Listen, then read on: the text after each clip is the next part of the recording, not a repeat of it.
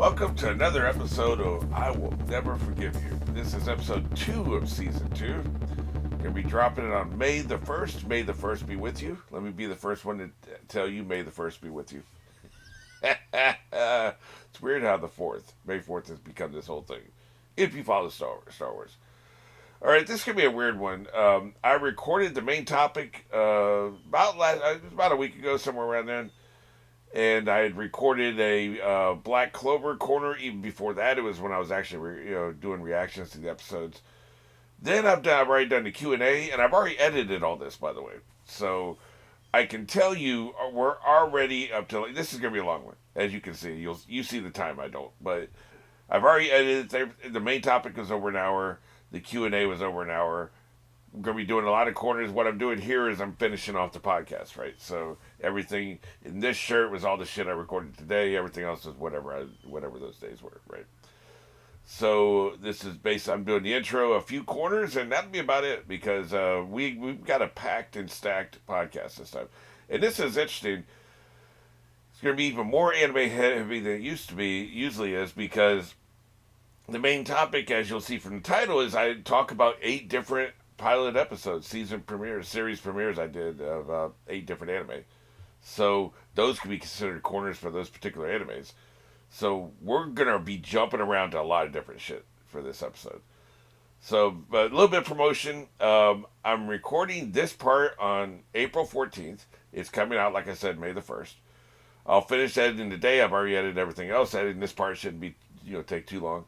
And then, I'm going to drop it. So that means that people on my Patreon, tier 3, the $5 a month, supporting the podcast, get 16 days of early access. It's going to be about that trend. I'm going to be doing about the middle of the month at the latest. Sometimes it is the first week of the month, depending on how things are going.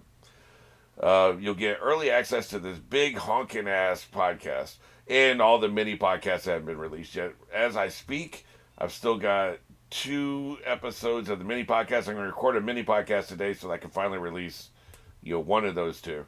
But there's always going to be 1, usually 2, mini podcasts in early access, and these have been parked here for a couple weeks.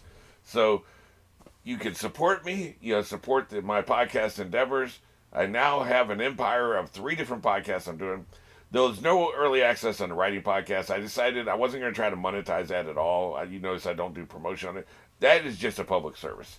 If you're a writer, if you're curious about writing, you go there. I'm not trying to do anything with that, like, monetarily, right? So that's just a public service.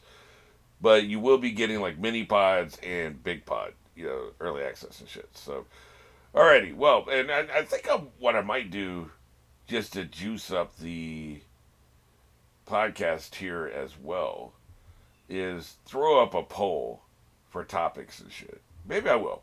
Yeah, that way, so maybe you can also go there and engage in some of these polls. I do polls on YouTube all the time. They tend to be satirical. The more serious polls happen over at Patreon. All right, well, having said that, let's go ahead and get into this one. Okay, one more thing. I'm into editing. I'm trying to finish the editing of this podcast. There was a very awkward transition. Because what happened was I was originally recording for the, I was going to do a One Piece corner to start, right? So I kind of segued from my intro straight into the One Piece, segment, right? Without really pausing to take a breath and, just kind of just went straight into it. Eventually realized after about 30 minutes it had to be its own mini pod. It couldn't be part of this podcast. So I cut that part out, put that over in some separate timeline, and created a mini pod out of that. So then I went and I recorded the corners for Gintama. I did a corner for Apothecary Diaries. I did a corner for Jujutsu Kaisen. And I pre-recorded a corner for Black Clover. Okay? So those are my 4 corners. So just now, I tried to transition and it's going for me in mid-word. Because I don't take a breath. I go straight from my intro. And here's my intro. Now let's talk about One Piece. It didn't work, man. So I either just cut myself off, and it was awkward as hell. I cut myself off and go straight to Black Clover. And you're like getting whiplash. Like, it just doesn't work, man. I guess I could do it, but it was dumb, man. It didn't work. So this is my official, better paced, thoughtful, less kinetic, less certainly less confusing segue into there'll be a Black Clover corner that is pre-recorded. Then I'll go into the corner for the other three that I recorded. This is all inelegant. There's no elegance here today. Like it's just that's the problem. That's why I don't like recording shit 50 different times over the course of a week, because piecing it together becomes a real problem. You're like max headroom at that point. So this I'm trying to achieve a little bit of elegance here. So we're going to do pre-recorded Black Clover first. Then we're gonna. Then I'll go back and I'll talk like I had never. For some reason, when I was talking about the other three, I didn't remember that I'd done Black Clover. So then you'll see me acting like I'm gonna do three and that'll be it. But we will have already done Black Clover at that point. So, like I said, no elegance here, but we'll get it done. This is better than what it had because literally it just it was whiplash. It was like mid syllable suddenly I'm into Black Clover. So that was not gonna work. So that's why I recorded this. So, Jesus, man. This is a Mickey Mouse operation. I'm going to tell you that much. So I was watching Black Clover, episode 61 to be specific, and I got caught in this tangent and I started ranting, and it is a full reaction. So, and I was losing track of the dialogue. I lost track of the plot. I was like, what the hell are we doing here? I've suddenly looked down at hadn't looked at the subtitles in like 2 minutes, and I suddenly realized, what the hell? And it was also kind of convoluted because I was trying to keep up with the plot, but also trying to make my point. So I'm not even going to. Usually I would cut that and put it at the end, but it wasn't really articulate. I'd just listen to it again. I'm like, I'd rather just re-say what I was saying without the distraction of the reaction. And since I'm going to do that, I might as well do it in podcast form. I'm not sure if this can be a mini podcast by itself or part of the next the May podcast, but one or the other, you'll see it somewhere and you'll know what I chose. But basically, it's this idea that we're going to do the Spartan thing. And I don't even know if the actual Spartans did this.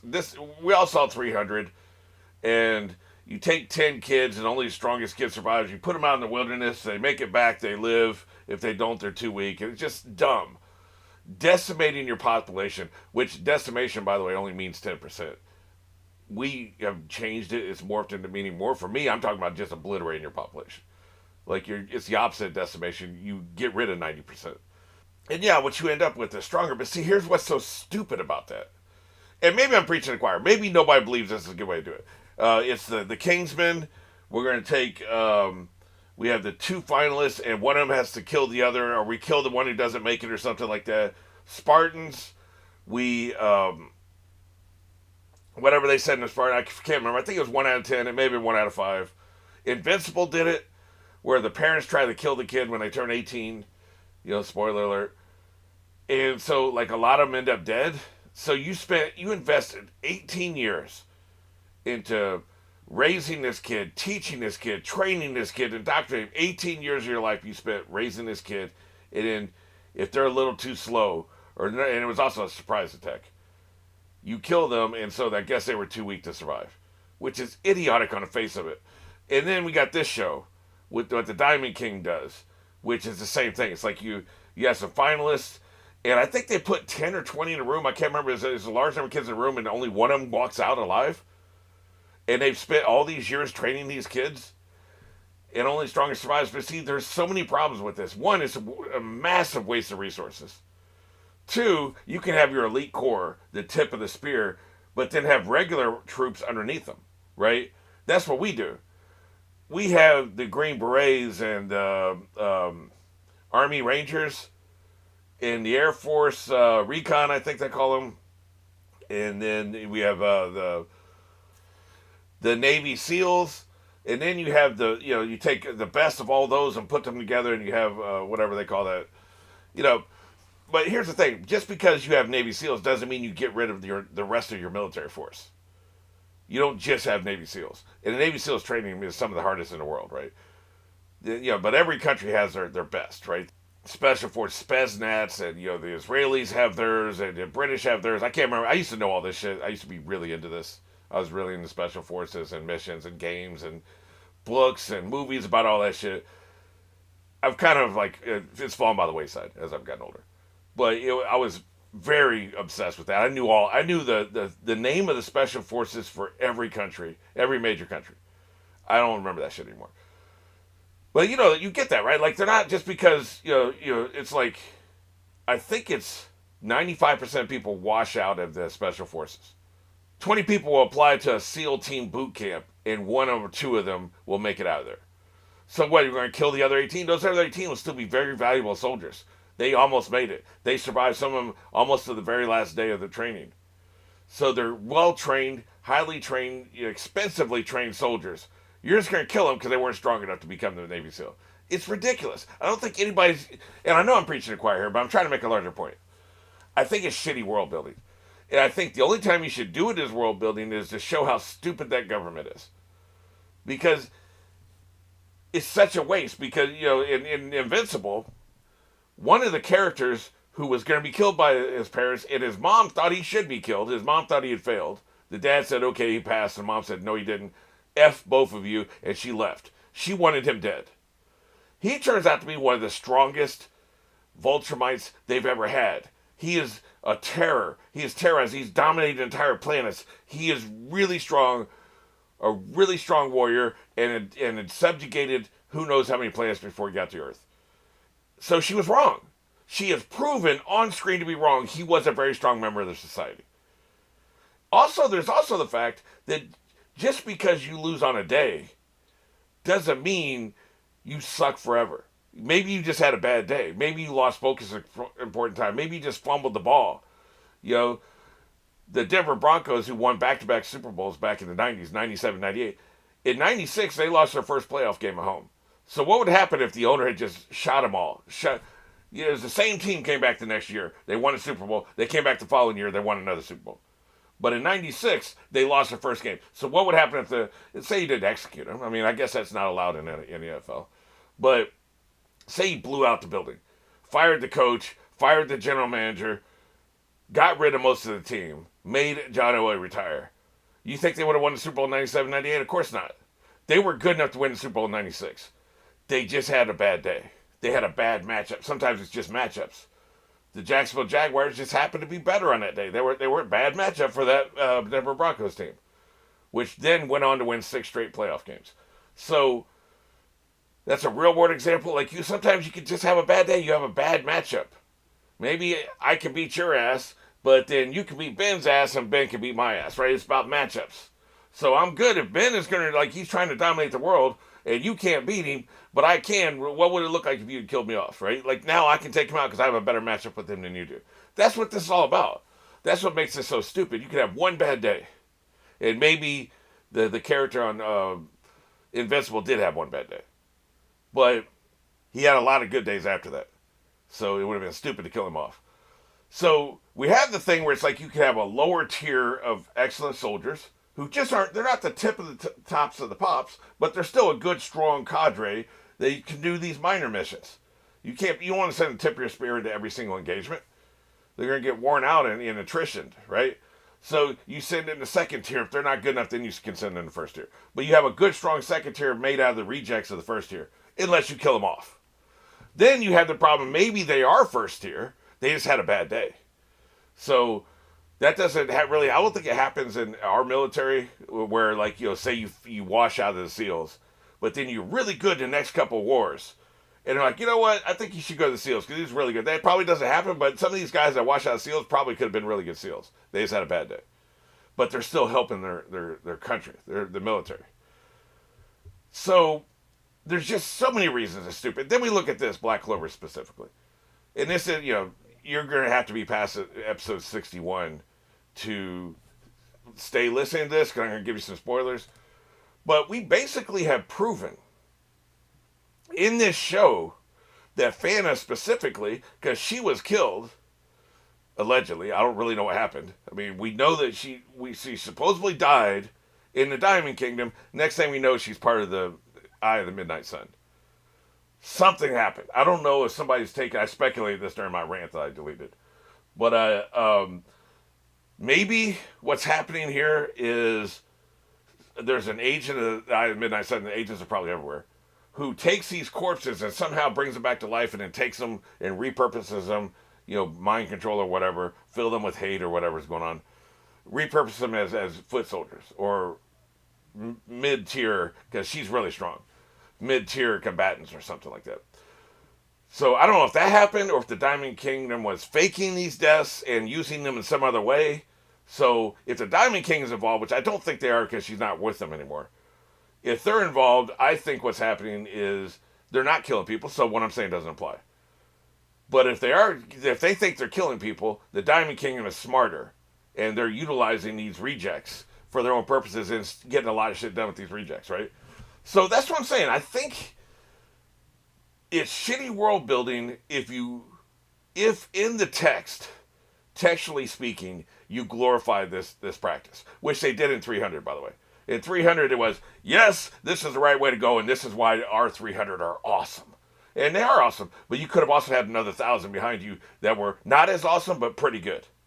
But no. So 300 glorified, I think that's stupid. And I think you're stupid as a writer if you do it. But there are people who would believe this and probably think it is a good idea, right? So you can show characters or a country or a faction or whatever engage in this process, but also show that other people are taking advantage of them one way or another. Either their population is too small, they don't have enough soldiers because they killed most of them off. And here's another thing too. Maybe you don't have them be soldiers, but you need farmers. You need mechanics. You need factory workers. You're killing able-bodied people who could really be serving society in some other way if it's not warfare. So that's another stupid reason, right? But anyway, in Black Clover, I'm starting to see that I think other people are taking advantage of the Diamond Kingdom's stupid-ass practice of eliminating most of their magic users in this battle royale where 10 enter and 1 leaves. God, it's idiotic. It goes up my ass, man. I just really think it's stupid. But I think that the show knows it's stupid and is leaning into it, and they're just saying the Diamond King is stupid and other people take advantage of it. That's what I think is happening. Now, I've only seen probably about half of this episode. I'm backing it up to the part where I didn't talk over everything. So I'm going to go watch the rest of it now. So I don't know. It could come out in the wash. Some of my assumptions are wrong. But the way I see it right now, I just think it's happened enough in enough of the things I watch. I've given 4 examples just off the top of my head that I just want it on record. That I think if you're going to use this in a story, do something with it. Don't just glorify it, because I don't think many right-minded people are going to think that this is a good thing to do. So, just putting it out there. I want to be able to stop ranting about it, stop getting pissed off. The way I do that is put my thoughts on film. So, here we are.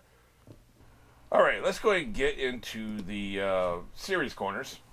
And I'm going to be doing a lot of these. Leave your suggestions in the comments below. I don't have time to do an Attack on Titan because I want to refresh myself on this series and kind of collate my thoughts. And so probably next month, go ahead and leave a reminder in these comments so when I'm doing a Q&A, it'll be, oh yeah, I was supposed to do that. So if you want to see that, just leave another comment about it. So I'm doing 3 for sure. Then I'm going to think, is there any other show I want to talk about? So let's go ahead and start with Gintama. But we can do corners for any series you want. Anything I've ever seen in the past. I think somebody mentioned Fullmetal Alchemist. That's another case where I kind of want to think about what I think about it. Somebody mentioned Love is War. That's probably something I want to do a mini podcast on. Because it's good. Like I just finished. Earlier today I recorded a really long podcast about One Piece, mini podcast. That was supposed to be one of these corners. And so it just kept going because I had a lot to say about it. I feel like I have a lot to say about Love is War, so that'll be a mini podcast. That's a good idea I should do moving forward. Let me write that down, actually. I have a feeling the Attack on Titan will also be a mini podcast. All right, let's do Gintama. Hey, here's a question. What is Gintaka to Katsura? Katsura? Whatever the hell her name is. And I ask that because I'm getting a lot of mixed messages, and I think part of this is, we've got the manga author with what his intentions are for that relationship.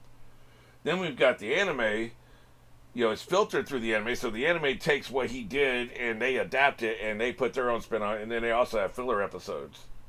Then we also have the meta commentary, where they're just talking about the anime and what the popularity polls, and they're losing money and the editors, whatever, all the shenanigans where they just talk about the anime and the business of the anime and all that crap. Oh, we're getting a second season. And so what she says to him and how she treats him in those are not a reflection of her true relationship with him. So it's kind of all over the place. So it's kind of hard to determine what this is. But some of the mixed messages I've been getting, sometimes it seems like he is a authority figure whose word should be trusted. And they did that out of a joke where, somebody said you need to stop listening to what he says when he's drunk. So he'll say some random ass shit like, statues are just spying on you or whatever the hell it was. You can't trust banks or whatever crap he told her that was just total horseshit. I mean, you can't trust banks, but whatever it was he said. I don't remember specifically what it was, but she repeated something. And he's like, where the hell did Shimpaka's like, where the hell did you hear that? And she said, him, Gintaka, And he says, you need to stop listening to him when he drinks. So it's a great joke. But that seemed to imply she has a lot of respect for him, and she believes that what he says is gospel to a certain extent, right? Like, so she respects him as an authority figure. But then she also calls him old. She does have a father, and she has a relationship with her father, so I don't think he's a father figure. You can have a relationship with the father and still have a father figure, but that doesn't seem to be the case. She calls him old. She talks about how he stinks and, he has bad hygiene. And he drinks too much and he's dumb. And there's just a massive amount of disrespect. So then it almost seems like he's somebody she barely tolerates. Because he's a bumbling, old, drunken, disheveled idiot, right? Just massive disrespect. And a lot of times those are just comments for comedy. See, that's the problem with trying to take comedy seriously, which is what I've been having the problem with this series all along, right? But she'll do that. But she's also fiercely protective of him when he's in danger. She'll do anything to protect him, But then she also seems to have a sadistic streak. Now we see it more with Shimpaka because she clearly has a sibling relationship with him. He's kind of like a slightly older brother who she doesn't respect. So that's a pretty common relationship type. That tracks for me. It seems fairly consistent. But she does have a sadistic streak where she likes it when Shimpaka's in pain. Now, again, we saw, like you could see when he was rated lower than she was. She took pleasure in it. And you could see her animation, which was like CGI animation. She actually got an evil look on her face, and she was mocking him and everything. And she seemed to really take pleasure in the fact that he felt bad because his rank was not as high as hers. So there's a certain sadism there, right? Which I would just dismiss as that's some more outside of canon meta commentary shit that they just do for comedy. But it's pretty consistent. Like when he's failed a couple times, he's tried to do something romantically and has failed. She'll mock him. When he's worshiping the idol, and there were some shenanigans there, she was mocking him. And so she's also sadistic with pretty much everybody else she runs into. There doesn't seem to be a person in her radius that she has universal all the time respect for. Now it could just be, what, she's 14 or 15. The author believes that they are all disrespectful assholes, which, probably fair. I don't think there's many 14, 15-year-olds in the world, any culture, in the current generation, or even 10 years ago, who they would now be 24, 25, but they were 14, 15 back then. 14, 15-year-olds 10 years ago, 14, 15-year-olds now, they're probably mostly all assholes, right? I think that just goes with the territory. They have most teenagers do have a cadre of people that they respect and not necessarily revere, but feel kindness or warmness towards. Like they have their best bros, and maybe they have a couple of people they're crushing on. The best bros or girls, whatever, you know what I'm saying? Like they have their best friends. They're probably not making fun of their best friends. I'm sure they are, to a certain extent, but like in a friendly way. But they're not like, if one of their best friends came to a 15-year-old, and the average 15-year-old, and said, my parents are getting a divorce, I don't think any of them would make fun of that person. That's a friend. Maybe they would make fun of somebody they don't know, even if they're their own age, or even somebody they don't like from school, they'd make fun of, maybe even to their face. I don't think they'd make fun of a best friend, right? Like, to their face. Katsura, whatever her name is, she would, right? Like, she does. She is ruthless, sadistic. So my question is, how does she actually see him? Like, what is she what is his place in her life? And if we were to sit her down and interview her and ask, how do you feel about this person? Because I had a major pushback when the narrator described these three people as friends with each other. Friends. The way they treat each other, I don't know, man. I think family is probably closer because we can disrespect our family, be annoyed with our family, shit talk our family, mock our family, but if somebody comes in and tries to hurt our family, we're going to defend them. That's kind of the dynamic we see here with these three. They feel like found family. Like they're family members, like they're three siblings. He's the oldest, Jen is the oldest, Shipaka's the second oldest, and she's the youngest. But siblings, right? Like, there doesn't seem to be the kind of respect you'd have to an authority figure or a parental figure. But they kind of take orders from him sometimes. So I don't know. I think it's a little murky what she actually thinks about him. So what I'm looking for here is not your opinion, because you've seen twice as much of this series as I have. I'm about halfway through, I think. I'm not looking for your opinion. I'm looking for textual evidence of what I've seen so far. Textual evidence, how she feels. I don't think she's ever, clearly none of these three people are ever going to say they love each other, so we're not even going there. Typically, you don't see that in anime anyway. Like, I don't think, maybe Naruto, love you, Dad, maybe. Boruto, maybe somebody saying I love you, Dad, or something. I love you, sis. Maybe. I don't think that is a word other than love is war. I don't think that is a word that comes up very often. So they're not going to say it directly. I don't think the Japanese culture is like that, right? At least not in media. So the question is, how does she feel about Jin, and what does she see him as? Like, like I said, I'm getting a lot of mixed messages. So if you can show me textual evidence of her saying this, like, you're my big brother, don't give up, or, because, I need you in my life, or any of this shit, right? Like, it's also interesting. I do think her and Jen are closer than either one of them is to Shipaka, because he has his own place he lives at, right? They live together. They sleep in the same room, except, he's in the room and she's in the closet, right? Which is hilarious to me. Absolutely hilarious that's what happens. But that, so they're close. They're sleeping together like family, right? That's what it reminds me of. Like, it feels like a family. Those two much more than Shipaka. So I'm just curious, how does she see him? What does she see him as? What does she think he is in her life? And, because like I said, there's nothing that I can really sink my teeth into in that question.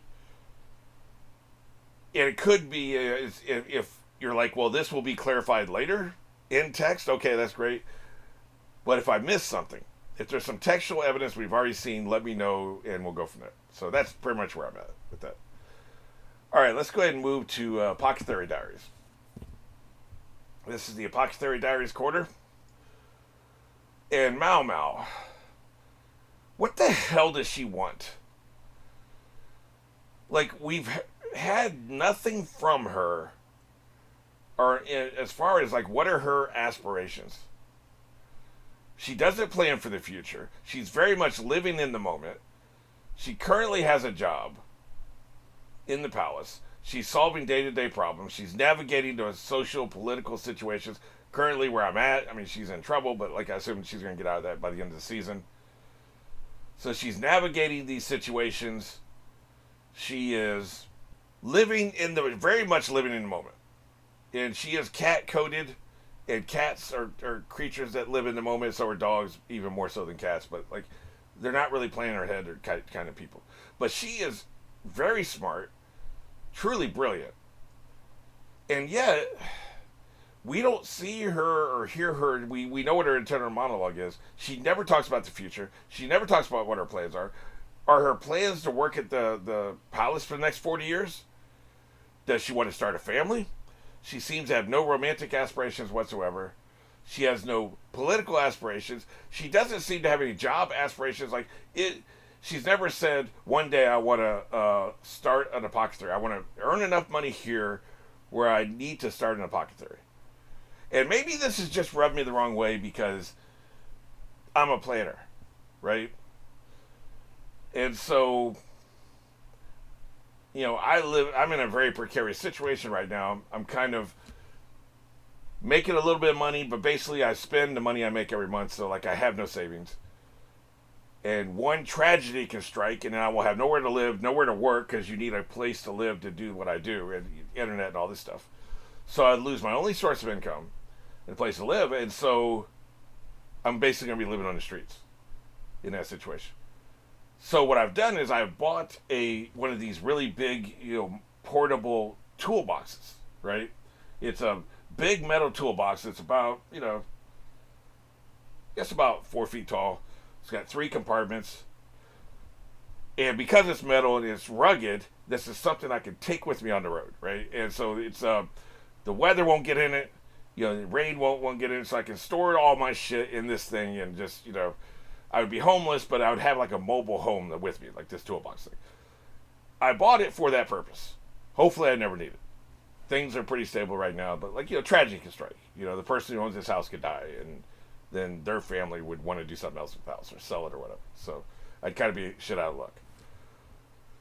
So to make myself feel a little bit better about the future, I have a solution that I purchased. I saved up money. It cost $80. It's very expensive. But I saved up the money for this thing, and this will really help me if I have to live on the streets, right? Rather than you see people with the shopping carts and shit, right? Get rained on, and, I'm going to be pretty upscale compared to them. So I bought something to make me feel better about the future. That's how I am. I'm a planner. I'm a future. I plan, and this is what we all do. If we buy insurance, home insurance, health insurance, probably not life insurance because we won't be here if we die, but, specifically what I'm talking about is the health insurance, the home insurance, the car insurance. We buy all this. Well, we're legally required to have car insurance, so that's a scam. But the home insurance specifically, and the health insurance, and like hurricane insurance, whatever, like depending on where you live, tornado insurance. So we buy these things so we feel better about the future. So in case the worst happens, we have this insurance policy, right? She has done none of this. She has planned nothing for the future. So what are her aspirations? What are her plans? And I find it interesting because I think she's around 19, 20 years old at this point. Maybe she may be 17 or 18. When do we start thinking about the future? When do we start planning for the future? Now, we're required by our culture and by our parents. We have this rite of passage. When we're 17, we got to start thinking about the future. Are we going to go to college? Are we going to go to trade school? Are we just going to immediately get a job when we finish high school?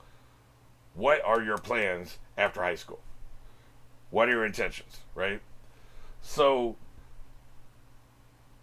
that's when we make a decision. Okay, I'm going to go to college, which means I have to apply to these colleges. I have to take these SATs. I have to do all these things. Maybe I've earned points towards scholarship. Maybe I'm really athletically inclined, or I have a scholastic scholarship, or there's like some underprivileged scholarship things going on. So whatever. So you're putting in these scholarship requests, and you're applying to these colleges, maybe some Pell Grants, and you're looking at jobs you could have while you're in college. And so you're making all these plans. Where will the college be? What would your life look like there, right? So we have to start planning for our future when we're 17. Or maybe we're not going to do college. Maybe we want to go to trade school. That was my first thought, was trade school. So essentially that's what I did. Architectural engineering, computer drafting kind of a thing. So is that kind of a trade? But I looked at welding school, like welders started off back when I was looking at it, like $30 an hour, just starting off at $30 an hour. A car mechanic, there was a car mechanic trade college near where I was. There's a lot of money in that. So I was looking at these things, and so I was like, okay, I was weighing my possibilities.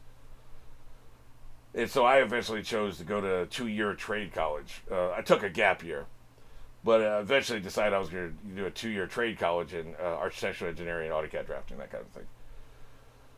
So that was my plan. But, you have to most of us, some of us maybe don't have the parental pressure on that, right? Maybe some of our parents want us to stick around. Maybe our parents have a business they could use our help with. So maybe there's some pressure to do that. Like, maybe they have a restaurant. We see a lot of these restaurants where the kids start helping. They're working in the kitchen, or they're working as a waiter or something like that. Clearly, the parents are like, hey, why don't you just do this? You can have this job, right? It's a sweet gig, right? All that shit. So the pressure starts. What are you going to do with your life when you're 16, 17? That's in this country. I think the pressure starts even earlier in Japan, I believe, because it can start as early as 12, because like the scholastic pressure on these kids, from what I've heard, is immense. So it's interesting to me. Most of us are societally engineered to start thinking about the future 16, 17 years old, which is what Mao Mao's age approximately is. And this is a different society. People work younger. You don't have college options. You don't really have vocation options. Like, you probably have like a trade. You can learn a trade from a person. You can learn blacksmithing or cooking or prostitution from somebody who's already doing it. So you become an acolyte to that person, a minion, and they teach you the trade, right? We kind of saw that with the furniture maker, right? Typically it's their family, but if they don't have family, then they can take on a person from some other family, right? So we're not really seeing that. So I wonder, what are her aspirations? What are her plans? Why is she not feeling that pressure? Why does she not think about it at all? She is a very unique person. That's why I love her character so much. She doesn't seem to feel the passage of time. She doesn't feel the pressure to make these decisions. And you probably don't need to. You probably don't have to make these decisions when you're 17. You can really be set up very nicely by the time you're 30 if you do make these decisions at 17. But you don't have to. So the question becomes, why, because like almost any other character in any of these other shows, they have a clear idea what they wanted. We knew what Deco wanted to do. He was like 12 or whatever, right? He knew what he wanted to do. He wanted to be a hero. Fullmetal Alchemist, they knew what they wanted to do when they were 11 and 12. Now, tragedy made that decision for them, but they still had a clear idea of what they wanted to do. I think, and I don't remember specifically now, it's been a while since I've seen it, I think they even had plans for what they wanted to do afterwards, which we saw put into action after the series is over, with a little flash forward thing that they did. So they knew what they wanted to do. And Demon Slayer, he knows what he wants to do. He wants to be a Demon Slayer, clearly. It's right there in 10. Dog with a blog. He's a dog. He has a blog, right? Demon Slayer, he wants to be a cook? No. He wants to be a Demon Slayer, right? So that's kind of obvious, but like the character does have a clear idea what he wants to do, right? Frieren, the one guy wants to be the barbarian warrior, tank, or whatever you call him. I forget the word they have for him, hitter, whatever, basically barbarian if you run D&D campaigns.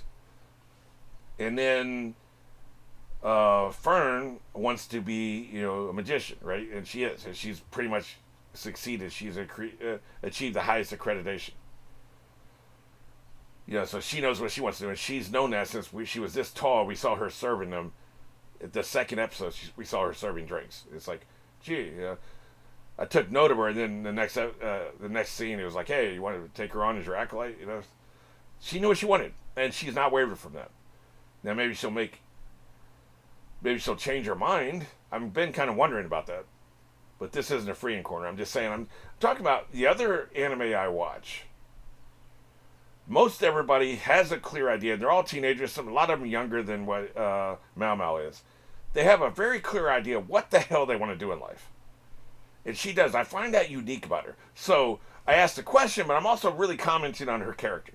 Her character type seems to be more than anybody else I've ever seen, as best I can remember. Living in the moment. She lives in the moment. She does not plan for the future. She doesn't think about the future. That's a good way for life to kick your ass, by the way. I would not advise this for anybody watching this.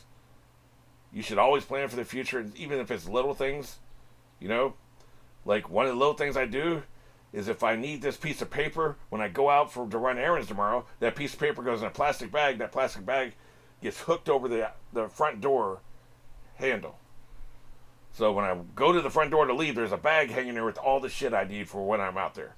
I do that when I'm going to go out tomorrow. I need to, turn in this document to the mail the taxes or whatever. Turn in this document to the DMV or whatever. That document's in a bag and it's hanging on the door the second I think of it. Planning for the future, right? So I'm not going to be caught out there in the middle of my errands wondering where the hell's the document. Oh, it's back there on my desk. No.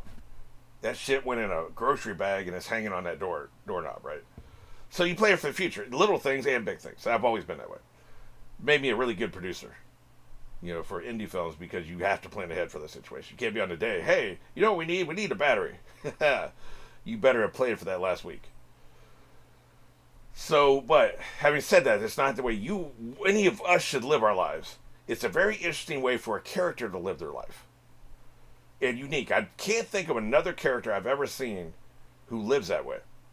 Who thinks that way, who just moment to moment. She lives in the moment.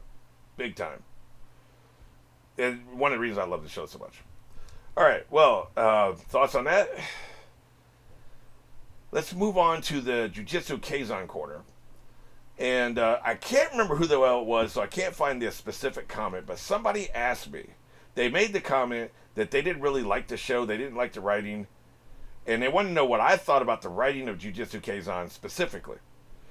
Now, I've only seen through episode 4, I think, of season 3. No, that's not true. Where is it? Oh, yeah. I've seen through episode 10. I've only edited through episode 4. That's what it was. So I need to edit the rest of the episodes I've seen. There's 2 more I need to watch. And I've been waiting to edit them so I'll be refreshed on what's happening for the final 2 episodes. But it's been a couple weeks since I've seen that. But I've seen through episode 10 of season 3. 2 episodes left to go, and I think that's only half season. We're getting another half season later at some point. But what I want to talk about here is not necessarily specific to this current batch of episodes, just big picture. You asked me what I thought about the writing. Here's the thing. The writing, you have a very dense magical system, world building, demons, enemies, whatever, curses, cursed objects, cursed creatures, whatever the hell the specific language is for this specific show. It's all just magic and demons and monsters, and we're fighting them in the ways we fight them, right? Just the details change. But the author has clearly put in a shit ton of work in that, right? As far as the magic system, the interpersonal relationships, several hundred years of history, it seems, going backwards, of what's been going on, what's currently the current political, cultural situation between all these factions. You got the monster factions and the human factions and magician factions and all that shit, right? So, and then I think there's a great masquerade. If I remember correctly, the regular normie muggles like us don't know about these curses and these people that fight the curses and all this shit. But so you're trying to maintain the masquerade. Meanwhile, you have all this shit happening where entire cities get basically leveled, and then the muggles have to come up with some excuse of why the hell that happened, right? And we've got a bunch of cities have been turned into death boxes, arenas where we're having these fights and shit. So that's a whole thing. So there's this very intricate, complicated magic system and culture and history, deep, rich, layered, textured. A shit ton of work has gone into that.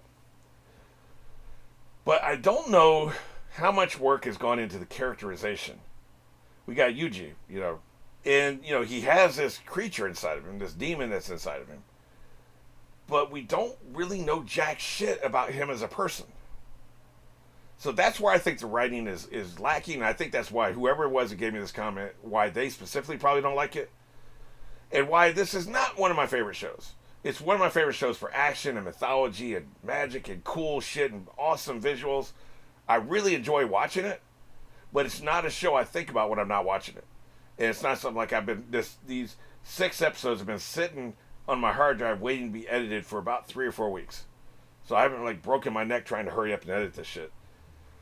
And it's because the characters are just paper thin. They're, The priority of the writing has not been the characterization.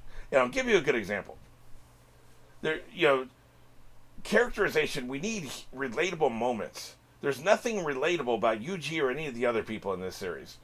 Now there was a movie that was a different character, and that made him, that was pretty damn relatable. That made that character relatable. And it was interesting. They brought him into season 2, so you got to watch the movie at a certain point in season 2. I think we watched 4 episodes of the season, then we watched the movie, then we watched the rest of the season, and he was a character that's important to these things. There was some interesting character work there. So it makes me wonder, is it just the anime has done a shitty job of adapting the characterization? Maybe the anime just wants to get to all the cool fights and they don't want to spend any time on the characterization, because we don't have any throttle down kind of episodes. We don't see him chilling, trying to make friends, thinking about anything other than like how shitty his life is. He's got these fingers inside of him, phrasing. There has to be some other way I could have phrased that. So we just, we there's nothing relatable about him. He's just teenage guy, right? We could just map on any of our expectations are for teenage guy on top of this shadow figure, and that's fine. And, he feels guilty. He felt guilty when he, his body was used to kill a bunch of people. That's very relatable. That's understandable. But, like, there's nothing relatable. And, like, here's an example I want to give you. In the Chainsaw Man movie, now we've only had 12 episodes of Chainsaw Man, and then we had a movie that I've seen. This is all I've seen. In the Chainsaw movie, he is trying to go on a date with his boss. And they watch a bunch of movies, and they have different opinions on these movies. And we spend about 10, 15 minutes in this sequence. And it's brilliant, and it tells you so much. It's so relatable. And there's no action. It's just pure characterization. And we found out more about his character in that 10, 15 minutes where he was more relatable, and we felt more attached to him in that 10, 15 minutes than we have for Yuji in 3 seasons. Because he's doing something relatable, right? Now, am I right that there was was it Jujutsu Kaisen season 2 when you tried to go see a movie with somebody? That was probably the most fun I've had with this character. I'm pretty sure that was this show. It was season 2. It was a similar sequence to that Chainsaw Man, now that I think about it. He was trying to get somebody to go to a movie with him. I'm pretty sure that was this. But then since then, there's been nothing like that. And that was a great moment, right? Because, again, relatable. Like, there's just not much relatable. There's not much teenager about him. He doesn't have any teenager interests. Does he have any opinions on music or TV shows or manga or anime or, And I'm not saying we have an episode where he just talks about anime to somebody on a bus. He could be wearing a shirt with an anime on it or something, and probably a trademark issue. But, like, it's just, there doesn't seem to be any teenager in him. It's almost like what happens when Stephen King tries to write a teenager now. Stephen King is 75 effing years old, man. He can't write teenagers anymore. He can write generic middle-aged person, pretty much. He can fake it. He's very good because he's a great writer, so he can fake it. But I don't think he's tapped in. He doesn't know how they talk. He doesn't know how they think. He doesn't know what their interests are. I go to a lot of these gigs. I drive my friend to these gigs. And there was one at a school. And so I think it was like, he was like a carnival guy, 3-ring circus kind of guy. He's got the hat and blowhorn and, the master of ceremonies, whatever they call that at a circus, the guy that does all that. And so the theme of this thing at the school was like a circus thing, so they had fake animals, they had bouncy houses and stuff.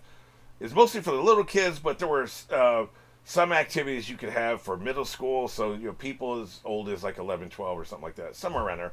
I'm terrible with ages, but they seem to be like 11, 12-year-olds. And most of them were younger and they were running around there having fun. But there was probably 20 or 30 people there that were like between 10 and 12. Physically, at least they looked that way. And what I noticed, universally, every single one of these people, men and women, or boys and girls, male and female, all had a phone in their hands. Now, this is not breaking news. I'm not breaking any news here. But it just struck me that all of them did. And all of them had their eyes on their phone in their hands. I know I sound like an old man. I'm not complaining. I'm making an observation. Okay? They all had a phone in their hands. And they all were looking at something on the screen. Social media, most likely. Maybe TikTok. Maybe YouTube. Maybe Reddit. Maybe possibly Twitter or Blue Sky or something like that. Or just texting friends or something. But there were two boys, probably around 12. You know, they were on the big side, so maybe they were even 13, something like that. I remember looking at them, and they were leaning against the wall. They were standing right next to each other. And occasionally they would say something. I watched them for about 5 minutes because I was curious. Occasionally they were saying something to each other. But they're standing side by side, both of them looking at their phones. And one of them would be like this and, you know, say something, and then, you know, then they would go back to it. And I wasn't zoned in on them because that'd be creepy. But I was like steadily keeping an observation on them because I was curious. I'm looking at these animals in the wild, right? And they just stood there side by side with their phones, right? And I'm thinking back when I was at school, of course, we didn't have phones. So what were my interests? My interests were, even at 12 and 13, running around, jungle gym, tag. We would do some kind of like, you know, some kind of role-playing thing or something, D&D stuff, or, you know, the mob stuff, just on the playground at school. Like, you know, we have a half hour, let's run around, have some fun. You know, maybe go around, talk to various girls and stuff. Starting to get interested in that at that age. And these dudes didn't move, man. They were just there passing the time on their phones. So interests have shifted. So if I am never going out and never seeing people that age, how am I going to write 12-year-olds? I'm going to write them doing the shit that I was doing at 12, right? So I'm going to write running around, talking, chasing each other a little bit, doing a little bit of role-playing, talking to girls. Because I don't know that 12-year-olds these days are going to have their backs at the wall, side by side, occasionally saying something to each other, looking at their phones. Even though the cliche we've heard a million times, all kids do these days is look at their phones. That's the cliche. But it's also the reality. But beyond that, beyond it just looking at their phones, the phone is always in their hand. I was seeing them run around and their phone is in their hand. It's not even in a pocket. Like, I have a phone in my pocket. Every now and then I take it out. Okay, nobody's texting me. I'm a little bored. What's happening on YouTube? Okay, nothing. All right, and I put it back in my pocket. Right? It's not constantly in my hand. And at that age, it's constantly in their hand. It's like a wand. It's like a security blanket. It's in their hand. Boys and girls. So it's not even like a lack of pocket thing for the girls, right? Which it probably is. Most of them had purses, but they're still in their hand, right? The point of all that is, you can't write teenagers the way they are these days if you don't know what the hell whether they are these days, right? So what you'll see with a lot of these writers, you especially see this with screenwriters. Fortunately, if they're working with younger people, the younger people inform them, so adjustments get made. But screenwriters, TV shows, movies, manga, anime, you can see which ones are faking it, and you can see which ones have actually been around a kid within the last decade. And then there's the occasional person that's just tapped in somehow. Maybe they have a lot of family members who are that age, you know, cousins and, you know, shit like that, nieces and nephews. Odo, One Piece, seems super tapped into childish behavior. He also seems to be childish. Luffy's still childish. He seems to be kind of a childish person, which I think is perfect for his job. Lighthearted. He doesn't seem to write with a heavy heart. So he seems like a lighthearted person. The Jujutsu Kaisen writer, or the anime people, one of them, doesn't seem tapped into teenagers. In the way that, for instance, Chainsaw Man seems to be tapped into teenagers. That writer does. Yeah, he's childish, which is annoying. He's sex obsessed, which is annoying. But we understand those are relatable things. That's a lot of actual teenagers. So it's just kind of accentuated. It's kind of, you know, exaggerated because, you know, he was living on his own and all this stuff. He never had exposure to any of these people, you know, people his own age, you know. So in Chainsaw Man, he is exaggerated, but it's recognizable as a teenager. Yuji doesn't seem he really seems like he's a 21, 22-year-old dude. He really seems coded now. Isn't he supposed to be 15 or 16 or something? Now it could be intentional writing in that the demon is kind of maturing him beyond his years. You got a demon. You got the demon in you, boy. That demon. That you got the devil inside. NXS sang about it one time. You have a devil inside, man. That's a deep cut these days. So maybe that's what it is. So I'm just raising the point. If we can criticize the writing, I think there's just not enough characterization. He doesn't feel like a teenager. Is there anything teenager about him? I don't think so. And if he is like actually 22 and I was just wrong about him being a teenager, then okay, they nailed it. Because he feels about 22. He doesn't feel like he's a teenager. He doesn't have any teenager interests. He doesn't have any teenager behaviors.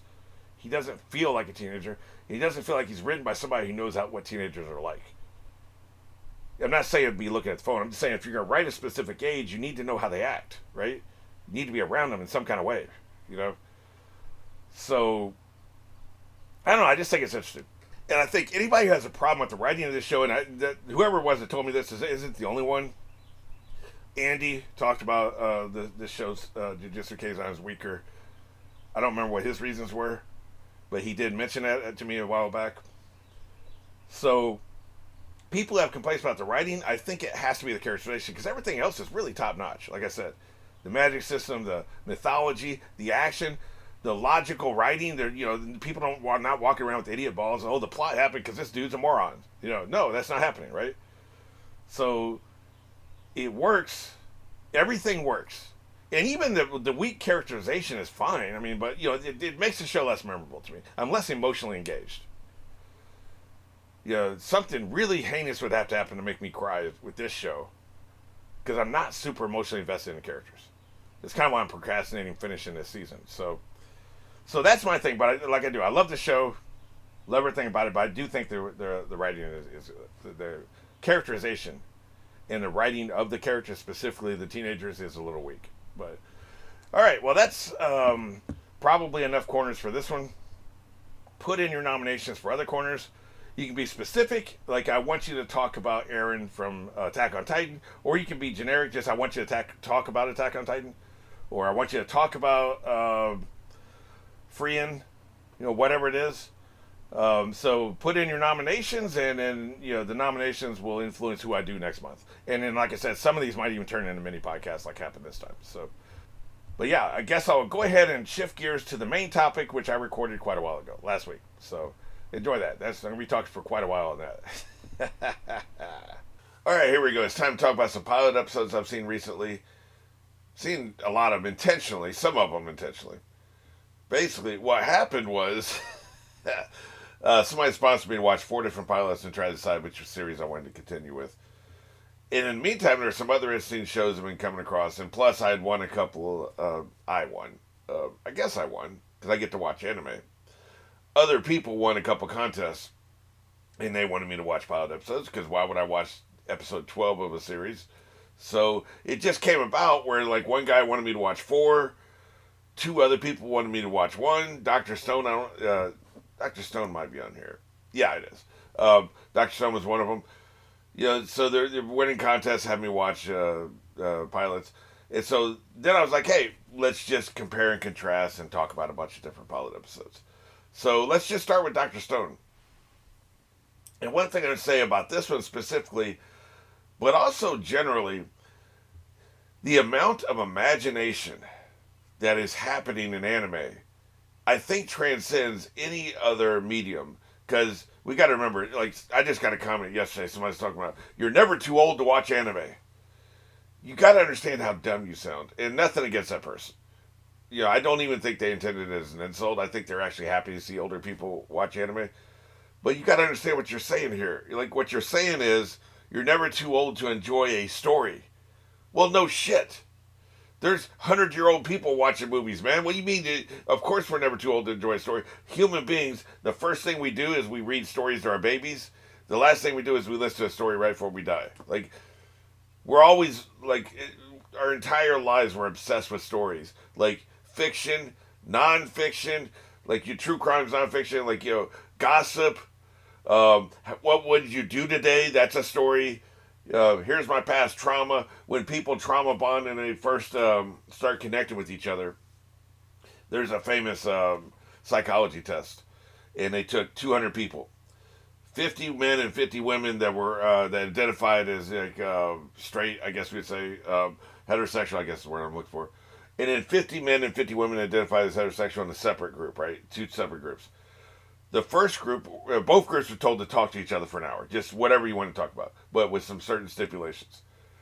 The first group was said to keep the conversation superficial, nothing heavy, nothing deep, right? The second group was told to talk about very personal shit, trauma dump on each other, and really get into the worst things you ever experienced in your life. These people, none of these people had ever met each other before.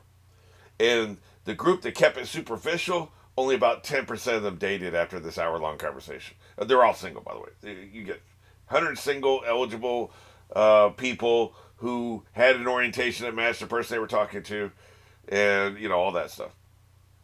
Talk for an hour. Superficial shit is about 10%. The people who trauma dumped on each other, 80% of them ended up dating. At least one date. So that tells you when you trauma dump on somebody, that's when you start feeling close to the person. When you open up, when you reveal something. Now, I'm not saying we do this on a first date. It's not socially acceptable to go on a first date and trauma dump on a person. It's creepy. They were forced to, under the guise of a test. But then once they did, under the guise of a test, they actually felt closer. Hey, man, like, we need to, let me just get some coffee. Like, even if it was just an hour isn't long enough to really process everything we said to each other. But then one thing led to another. They followed up with them a month later. Did you ever date that person, right? So, fascinating test. And I think it really rings true with what we know, what we've ever experienced in life. But those are stories. Everything is a story. Human beings love stories. There's stories we tell ourselves. There's stories we tell other people. There's stories we consume. When we want to see somebody else consume a story. That's what a reaction channel is, right? Like, we're obsessed with stories. Anime is just one form of storytelling. Anime isn't a genre. Anime is a medium. Now, I call it a genre a lot of times, but like it really, like every kind of story you can imagine is under the umbrella of anime. So they're just stories, man. Well, you mean you're never too old to enjoy anime? You're never too old to enjoy a play. You're never too old to enjoy an opera. You're never too old to enjoy a movie. Say it that way, and you realize how stupid you sound. You're never too old to enjoy anime. Like, come on, man. It's a story. That's all it is. Point being, having said that, there's something about anime that is just more creative than any other form of storytelling I've ever seen. Even audio plays, which you think, now there just aren't that many audio plays out there, right? So there's that. You know, if there was 30,000 audio plays, maybe we would have everything under the sun. But I can't think of any other form of storytelling. Maybe TV shows. You know what, actually? American TV shows, especially sitcoms, in the 50s had this kind of creative energy. My Mother, the car. The mother dies, and she comes back and she talks to him through his car. Bewitched was a ridiculous concept in the 50s. She's a witch, and she's trying to live in a normal suburb. Like, the creative energy with American TV in the 50s, and because it was a format that was in its infancy, anything was possible. We really didn't know what the hell we were doing. Nothing had been established. By the time you got to the 70s, you had hits every year that you could look back on. Okay, this was a hit, this was a hit, this was a hit. You know, I mean, we had talking horses. I think we had 2 different talking horses, right? Like, everything you can imagine, they did, right? I think only Alf comes close as far as hits go. Comes close to achieving the kind of creative energy we had in the 50s in American TV. Well, anime has that now. We've got people being turned into slime. We've got people being frozen in stone for 1,000 years, 2,000 years. Like, what the hell, man? Like, you know, that's the kind of creative energy I don't think have seen in any other form of storytelling in my lifetime. You know, it wasn't around in the 50s. So, I do think it's interesting, and I think that's one thing that's been highlighted to me. There are people with these crazy-ass ideas, and it may be that you have to have a crazy idea to get attention as a manga author. When I was looking up some of these, after the pilot, I looked up, like, the author, had the author done any other stuff, and how'd they get their start, and I think two or three or four of the authors of some of these manga that the anime were based on started as a web series. Like they were putting their manga up on a website, and then it attracted attention of a publisher, and they started publishing it. I think Witch Hat was what either that one or the Saga of Tanya the Evil. I can't remember which one it was. It's one of those. I think Tanya was a light novel. Now some of these are light novels. I always say manga, right? But like to me, they're interchangeable. They go into the same place, which is anime. So to me, like I know they're different things, but either way, some of these people are just putting their shit up online.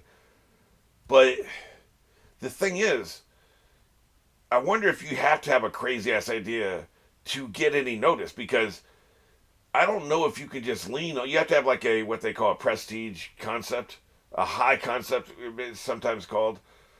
You can't just lean on. Hey, I can write interesting characters who have chemistry with each other and have interesting dialogue and interesting ideas.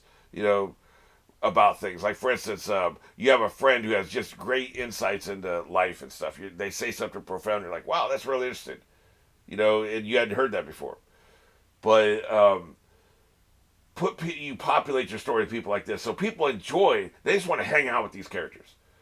I've said many times, the best advice I ever got was from a producer, and I can't remember what damn TV show he was a producer of, but it was something famous in the mid-2000s. It might have been Stargate. I can't remember. I talked to so many people. But this guy gave me the best advice I've ever heard. When it comes to a TV show, this isn't a movie because movies are over too fast. When it comes to a TV show, the first thing you have to do is create characters people want to spend time with. They want to hang out with these characters. Do that, and it doesn't matter what your story is about. It can be a mystery of the week. It can be a monster of the week. It can be overall mythology. Alien invasions, time travel. Lost we were specifically talking about Lost because he wasn't a producer on Lost, but he was talking about why Lost was so popular versus the event, flash forward, some of the even heroes. Create characters people want to spend time with, and they'll go with you for wherever you go with the story. Lost starts out as one thing, becomes something else. Everybody went with them because they enjoyed the characters. People are still in the Lost subreddit 20 years later. It premiered in 2004. 22 years after it premiered, that subreddit is still jumping. Why? Because people love the characters. They don't care about plot twists. They don't care about the high concept. It is high concept. It has a shit ton of plot twists. What they care about these days is the characters. That's what keeps them coming back, right? So, theoretically, you could create an anime or manga where it's just fascinating characters, interesting characters. We want to spend time with these characters. We don't need high concept. They can just be going to school. We don't need it to be super hilarious like Love is War. We don't need it to be magical or superhero concept like with My Hero Academia or Magic School or anything else. A prison school, massive fan service. If you could create characters we care about, then you would think people would be along for the ride. The problem is there's so much manga out there or light novels that people aren't going to give you the opportunity for them to fall in love with your characters. They need a hook. They need a high concept. Well, I have 17 manga I have an opportunity to read today. Which one will I pick? Ooh, this person got turned into slime. This person was stuck as a rock for 1,000 years. This person is just evil. Like just straight up evil. And she's tiny and cute, right? So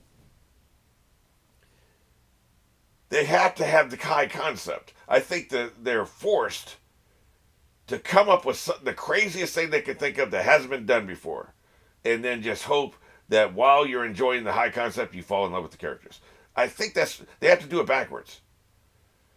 Used to be, and I think it's not even the case now these days because, TV shows are only 8 episodes every 3 years. But it used to be with the 20 to 24 episode season, you had time to fall in love with the characters before you whipped out your concept. I mean, Lost was just people trying to survive on an island for the first season. The writers didn't even excuse me while I whip this out. They didn't even whip out their concept until season 2, man. Really? And really didn't do it until the end of season 3. And really didn't do it until season 4. Right? And even season 5, they started whipping shit out. Right? So it's like, what the hell? If Lost was a manga, you would know everything. You would know what is happening on this island, at least high concept shit, in issue 1 instead of issue 750, which is what they actually did. So, I think that I'm talking myself into why the hell is anime so chaotic. Why is it so crazy? Why is every concept so ridiculous? We've got 8 series I'm doing here.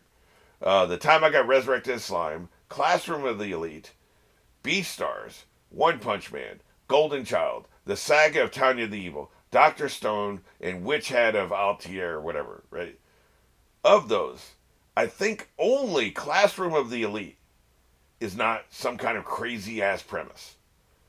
And even that is about some whack-ass school that does things in ways we've never seen before. It's some kind of elite school, and they screwed everybody over with the money and shit, right? So, crazy, right? Even that one. And that's the most normal of the 8. We've got people being turned into slime.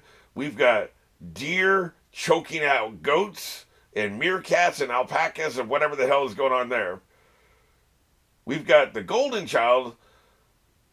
I guess that's normal? I suppose. That may be the most normal thing, because I don't think there's any real high concept premise going on here. He's just a weird dude who gets lucky. And maybe is super intelligent, possibly. But mainly he's just a screw up. Maybe that's the only other normal one. Then we've got, I don't know how old she is. She could be 8, she could be 80, but she's tiny. Probably very young. Fighting in a futuristic magical World War I. Stay flying in the air like every other goddamn anime character, just floating up in the air. Murking dudes and is evil as hell. Like I said, then we got people just stuck in stone for 1,000 years. We don't know why. And then we've got witches, right? So, high concept for the most part. They want to punch you in the gut with the high concept. So, these are all fun ideas. But how many of them executed on making us fall in love with characters? How many of them actually put into work where we give a shit about any of these people? Or were they just spending all their time with their high concept? Let's get into that. So, that Time I Got Reincarnated as Slime. This was the one I was the least looking forward to because it's right there in the title. Dog with a blog. He's a dog. He has a blog. It's right there in the title. Some shows are just right there in the title, right? This one, The Time I Got Reincarnated as Slime. He died. He got reincarnated. He's slime. So it's right there. And that did not sound interesting to me at all. That was an automatic no. If I hadn't been forced to watch it with money, there's no way in hell I would have ever watched this. And you know what? I actually really liked it. So that just goes to show you, as many times as that's happened to me, I was never in a million years going to watch Anchorman with Will Ferrell. Ugh. Never in a million years. It turns out it's a great movie. That is a great movie. It's very funny. But this one I would have never watched, but I actually liked it. And one thing about this series that's very interesting is I've seen a lot of shows, Mushu Tetsuki, whatever. One other thing where I just watched one episode. And then I think one of the Force Blade Unlimited whatever order, whatever the hell, I've watched a bunch by that author, right? One of those is like this, where you die and you wake up reincarnated in some new world, and so that's how you get to the magical world, right? You have to die, right? This whole thing. Every one of the other versions, they get hit by a bus. Hit by a bus, hit by a car. Oh, one of them was her sister is evil. She had written a story where there's an evil princess, and she thought she would wake up as a princess, but she wakes up as a princess's sister or some shit. something like that. Or she woke up as evil one. Oh, that's what it was. She wrote a story where she thought she was a good person, and a good person had an evil sister, but she wakes up as an evil sister. I saw one episode of that. Right. She got hit by a bus. They're always crossing the street. They get hit by a bus. They show the bright lights. They hear the brakes screech. You hear the horn. And next thing you know, they wake up in another world. I've seen it at least 5 times. So, what does this one do? Stabbed him up. Sometimes you got to use a knife. Shit, I just looked it up. There's a great Haywood Banks song called Use a Knife. Sometimes you got to use a knife. It's pretty grim. But, it's also about 40 years old. I heard it back in the late 80s, early 90s on the Bob and Tom show.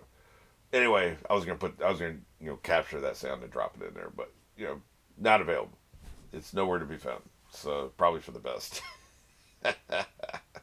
Anyway, sometimes you got to use a knife. He got stabbed the hell up, and now he's dead. And so, they get points for not being the cliche ass get hit by a car. Because that's the only, I even talked about it the last time I saw it. It's very sanitary. It's sanitized, right? Like I say, we got to have them die so they can go to another world, but they never die any other way. They don't throw themselves off a bridge. They don't, I think I even said they don't get stabbed. They don't get shot. They don't eat bad shrimp. It's always hit by a car. So I don't know what that is. There must be a major fear in Japan of being hit by a car, right? But, that's the way it always happens. This is the first time I've ever seen them do that, where you die and go to another world where they're not hit by a car. They're stabbed the hell up. So we got that going for us. There's only 2 characters. It's probably one of the weaker pilots. There's some stiff competition here, man. These 8 shows are great. So you are fighting against them. This is the Elite 8, they call it in basketball. It's the Elite 8.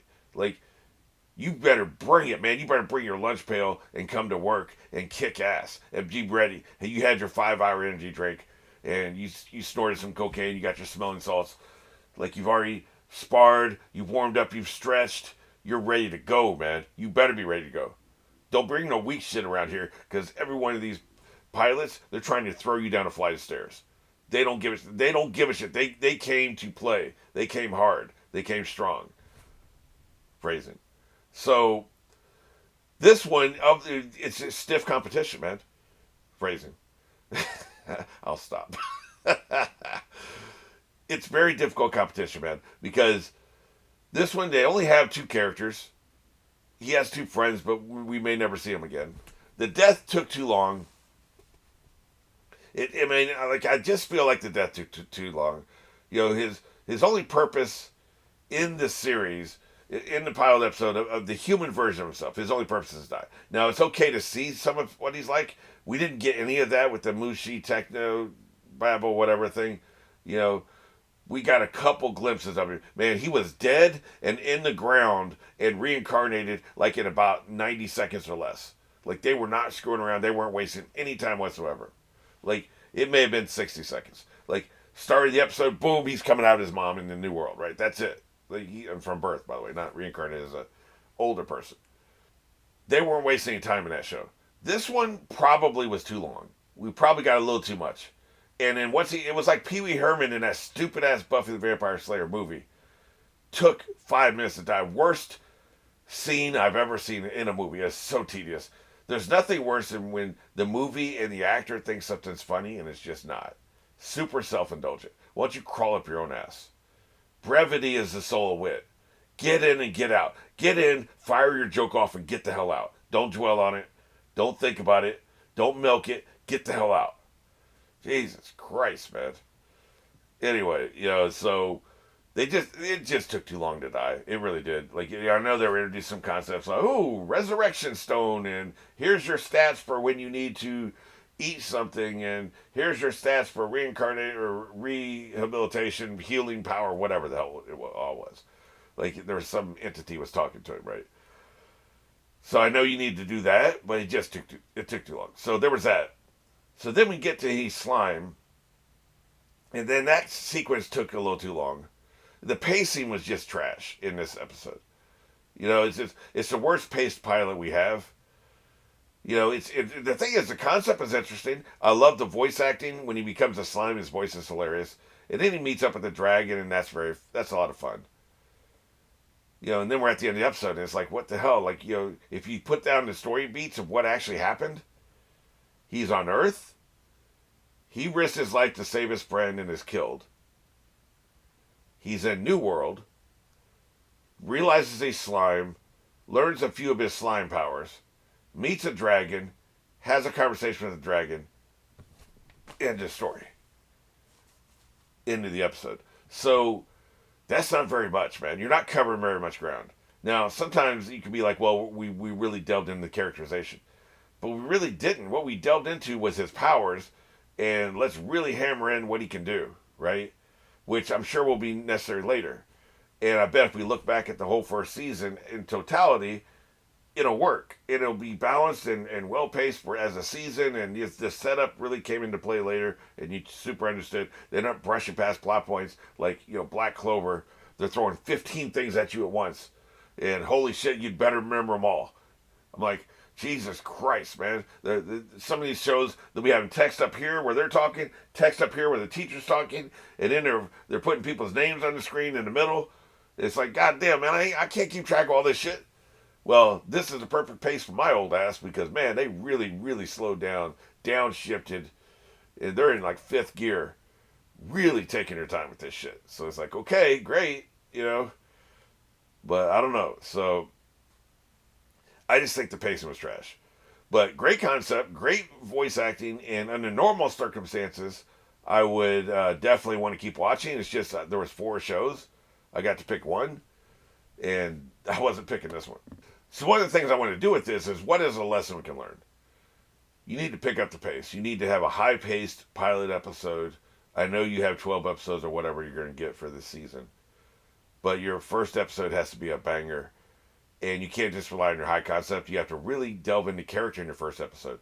The concept's there. Delve into character. That would be my advice. So, just to summarize here. Not enough characters. Not enough characterization. Pacing is whack. Really strong world building. Really strong magic system, I guess we'd say. Interesting premise. Overall, I think we'll get a 7 out of 10. So, it's a strong pilot. It's just, it's going to suffer in comparison. If it's the only pilot I'd watch this year, maybe I'd feel differently. Next, we got Classroom of the Elite. This one, you do have some good characterization here. You have a lot of characters. The sense of humor is really good. Now, what I didn't mention with the slime thing, the sense of humor is pretty good. That's always important to me, but maybe not to everybody. And there's different kinds of humor, but in this case, the sense of humor is pretty good. There is world building / magic system, but it's grounded. It's basically this could happen in real life. It seems. I think this is a fairly modern one because everybody's using their phones, and there's a point system you get on phones. I think everybody's being watched on cameras. So the premise isn't too crazy. So the author seems content to lean on the characterization, which I think was really good. I'm not sure what the conflict is here. You could say the same for slime as well. I guess the conflict there would be, what the hell am I going to do with my life now that I'm slime, right? And you assume also there's a chance he could let this dragon out, which I think is what's going to happen. And the dragon's probably super evil. So, we got that going on. But here, what is the conflict here? I guess the conflict is get good grades. I think at the end of the episode, he's about the only person that has any money because he was frugal with his money. Maybe that'll make him popular with everybody else. He can buy shit from people, possibly. So there is one other person I think that would, possibly, it probably saved a lot of her money too. So the two of them are going to be probably the popular kids because they're the only ones with any money. So that could be the conflict, but this was another of the first 4 I'm going to talk about were the ones that were sponsored, and I have to kind of pick which one between the 4 of them I would want to watch. Going into this, I'd already seen Beastars and One Punch Man, and I'd already decided, having just seen those 2, it was going to be one of those 2, right? Then I watched this, and I have to say, I had cause to pause. I was like, damn, this is a legitimate contender. And you have to understand, I was locked the hell in to One Punch Man and Beastars. Locked in. Love both those episodes. Love both the pilots. Really can't wait to watch the next one. Just really locked in, right? So for me to even take a second to consider Classroom of the Elite, And I debated it for a few minutes, actually. I was like, well, because that's how good it was. And that's how interesting the characters were. And there's an interesting triangle character friendship group thing going on here. And the characters are very different from each other, but I like the way they clash, and they're interesting in their own ways. Of course, our protagonist is going to be a marshmallow, self-insert kind of character. You can just pour your own personality into him. So there's not much going on there. But the two people he's interacting with the most are super interesting. So that really was compelling, and I had to think for a long time. I was like, okay, finally I eliminated it from consideration. But it was hard. So that shows you how good this was. Having said that, I still think we're only about an 8 because I don't know that the premise has legs. You look at some of these other pilots that I put out here. I'm just going to go look at the views so far from Patreon for most of them. Now, One Punch Man has already been released to the general public, so that wouldn't be fair to compare that. But the slime thing only got 1 view. Classroom of the Elite got 4 views, which I think is interesting. I was expecting less. Witch Hat's got 2 views. Golden Boy has 4 views. Tanya the Evil has 1 view. So, and Beastars has 7 views, right? So, and like I said, One Punch Man was already released to the public. So, it tells you, it's interesting because I would have said the Saga of Tanya the Evil and Witch Hat would have more views than Classroom of the Elite, but that's not the case. Now, some of these I released earlier than others. They've had more time for people to look at them. But still, it makes you wonder what's so compelling about Classroom of the Elite. Maybe for people that are tired of magic and animals and aliens and sci-fi and gun robot mech suits. They just want something grounded, but they want it's still interesting, it's still wacky, and still out of this world. Maybe that's what's compelling about Classroom of the Elite. It's something out of the box. For me, I'm not tired of those things. But I think maybe the viewership, some of it at least, could be people who are tired of this other shit. They just want something a little more closer to home, a little more relatable. Still outside your own purview of your life. You're never going to go to the school of the elite. But it's relatable enough rather than fairies flying and hanging out in the air and just looking around and talking to people because they just refuse to put their feet on the ground. That's just not as relatable as something like this. So I think that's what makes this compelling. So, like I said, I'll give this an 8. If I was to make one complaint about Classroom Elite, we have 30 days transpire in the course of a 22-minute episode. You're hauling ass, and we're losing out on a lot of characterization and bonding with people and what's the daily life like, because they have to get to the punchline at the end of the month. And don't get me wrong, when I was in the episode, I was rooting. I wanted to find out what happened at the end of the month because there's something that happens at the beginning of every new month, right? And I wanted to get there to find out if I was right about what I predicted. Still, you've had a whole month elapse within one episode. So that's a long time. That's, you got 6 to 8 hour, 9 hour school days. You're spending all this time with these people. Yeah, you're learning topics and you're listening to lectures and you're walking around and you're eating lunch and all this shit. But there are hundreds of conversations we missed because we just blew past an entire month in 22 minutes. And really, I would say over 75% of the episode was probably just 2 days, the first day and the last day, right? There was a lot of exposition the first day, there was a lot of exposition the last day, and then there were some other encounters and stuff that was happening in the middle, but a couple of minutes here and there various days. It was just a little too much time elapsed for the first episode because I wanted to get to the punchline. But that's a minor complaint. I don't think it cripples the show or anything. I think it just makes it a little harder to bond with the characters because you're missing so much of their life. So anyway, all right. Now we're going to Beastars. Now, high concept. The problem with a show like this is, okay, we're all animals. That raises a million questions. And you have 22 minutes to establish who the characters are. Who are we going to be following throughout the course of this series? What do they want? What is in front between them and what they want?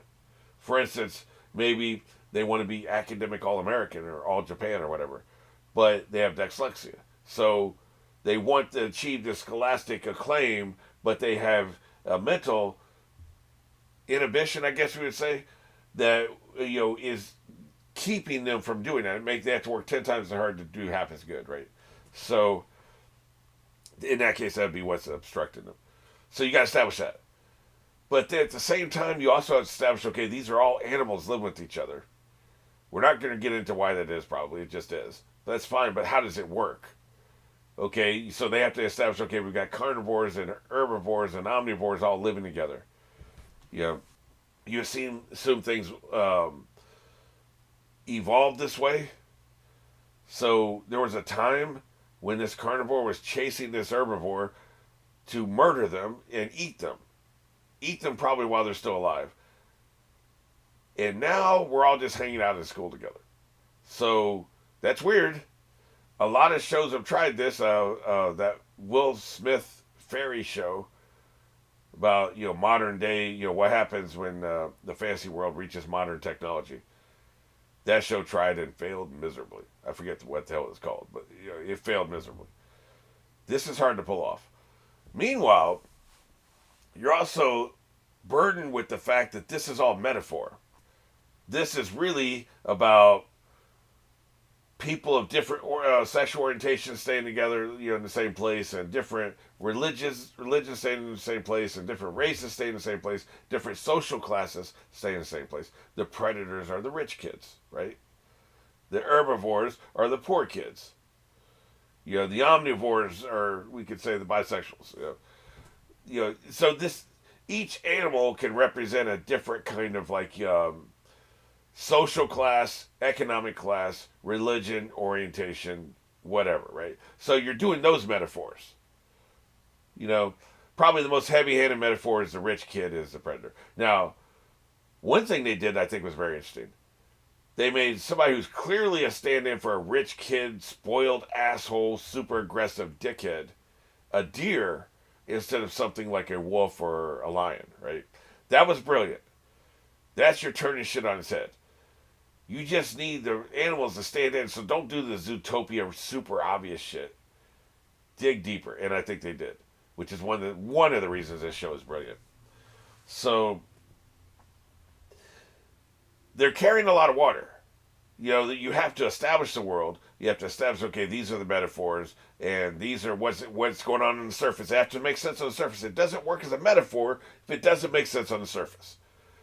In Buffy, they use magic as a metaphor for drug addiction. It doesn't work because you can use magic to save somebody's life. Nobody's ever saved somebody's life with crystal meth, tar heroin, cocaine, or whatever. Maybe you were high on cocaine, so you had the pain inhibition. You could carry this person to the hospital. Don't give me the 1 in a billion use case where drugs actually save somebody's life. That's not how that works. So it fails as a metaphor because it doesn't. The internal logic doesn't internal logic, right? It doesn't work as a metaphor because there is a benefit. There is a reason to do it. If you want to do it as a metaphor, there's no upside to doing meth. Other than the fact you get through this day without completely feeling like shit. Okay, congratulations. There's another day tomorrow. How are you going to get through that one, right? So there is no upside to this shit. In the magic, there is an upside. So you have to make sure your metaphor makes sense. So you can use different animals as metaphors for social status and religion and orientation and race and all this shit. But it falls apart when you have a lion eating lunch next to a lamb. He's like, you definitely look better than this hamburger. Which is the question, are they eating hamburgers? Where are they getting their meat? So these are obvious questions that you have to address, and they haven't addressed it. And so I'm sitting there wasting my time thinking about, so are the lions, or do they eat meat? Is it soybean? Is it tofu? I need to know, right? Because otherwise, how good is that lamb going to start looking to them? What has stopped them from just tearing that lamb apart? The civilization. But it doesn't work as a metaphor because in our life, okay, you have an Italian who hates a Greek person, but has never wanted to eat the Greek person. I mean, it's just, it doesn't work. There's never been a biological imperative that for me to survive, I have to consume you. That's never been part of the history. It's Italians and Greeks hate each other because their countries are close together. And they fought all these wars all these years, right? There's all this bad blood. You were on this side in World War II, and I was on this side, and there's all this shit happening. That's why they hate each other. That's why it may be hard to get along if they're in the same dorm room. Not because I have a biological imperative to consume you to survive. So that is a problem. That your metaphor is already starting to stumble. So one way you can get around that is you can start to address this shit. It's like, okay, in True Blood, they came up with a blood substitute so they don't have to drink people anymore. It's the only way that works, right? Like, there's no other way would we believe that vampires can be incorporated into regular society. Now, you had people cheating, and you had people that still wanted humans, and you had humans that are willingly giving up blood, and there's all that happening. But you have to first explain, before you can do any of that shit, you have to explain why human beings, the apex predator on Earth, who will never allow any other creature to be higher than them on the food chain. Never in a million years will we would burn this planet to a cinder before we let another animal on this planet hunt us and kill us. We've almost exterminated wolves from the planet. They're damn near extinct just because we think wolves might want to eat us. If we just think you're our threat, you're gone. You're out of here. Human beings are the apex predators. They are not going to let something else on this earth hunt us. So it didn't make sense that you would allow vampires. Why aren't we just exterminating them? Well, they have this substitute blood they can drink. Okay, that's enough for enough people. Now we can have a story. But you have to explain it first for the story to function, right? They didn't do that in the first episode of Beastars. I'm sure they will. And if they don't, I mean, I don't think the story will fall apart, but I've only seen one episode, so I'm not sure yet. But it is a stumbling block. It is something I was thinking about during the reaction that was distracting, right? So, otherwise, though, like, considering how much I'm talking about them having to juggle, and boy, did they have to juggle a lot. Like I said, all the world building, you have to establish the characters. What is the threat? What's going on? We have a serial killer. Somebody maybe trying to make the predators look bad. It could be a prey. And you have various characters, and there's other things that happen. I don't want to get into too spoiler territory. But I will say, I think they juggled well enough, for this to be a really strong pilot. I'm going to give it a 9. It's an extremely good pilot. And it's definitely compelling, and I definitely want to watch more. That's why I said it was just automatically one of the two. I was seriously considering which one I was going to do. And as of this recording, I haven't heard back from my sponsor, so I don't know. My decision hasn't been okayed yet. But it's going to come down to either Beastars or One Punch Man. But I have to say that, like, considering everything they're juggling, it's one of the highest concepts we have. So I think they did a really good job. It's a very strong pilot. I would say any person who is trying to write their own pilot, I would give them a list of 5 or 6 pilots you have to watch to see what they do right and maybe what they do wrong to learn from it. This would be one of the 6 I would give you. All right, One Punch Man. This one is again, it's kind of like a parody. I've talked about it being a parody before. That's what I've been told, and then after having watched an episode, I agree. What I didn't realize was it's more of a parody of superhero genre than it is of action anime genre. Although they have some of that too, right? They do some of that. They do some of the tropes. But it's more, I think, making fun of My Hero Academia than it is Bleach, right? But it is only one episode. But, they did a great job establishing the world building. The character introduction was perfect. The sense of humor was really strong. And the characterization was decent. Not fantastic. Do we really know who this person is? Not quite. But I will tell you this. We have a very clear idea of what he wants, and we have a very clear idea of what is in the way of what he wants. He wants to have a competitive fight, but he's gotten so strong nobody can compete with him.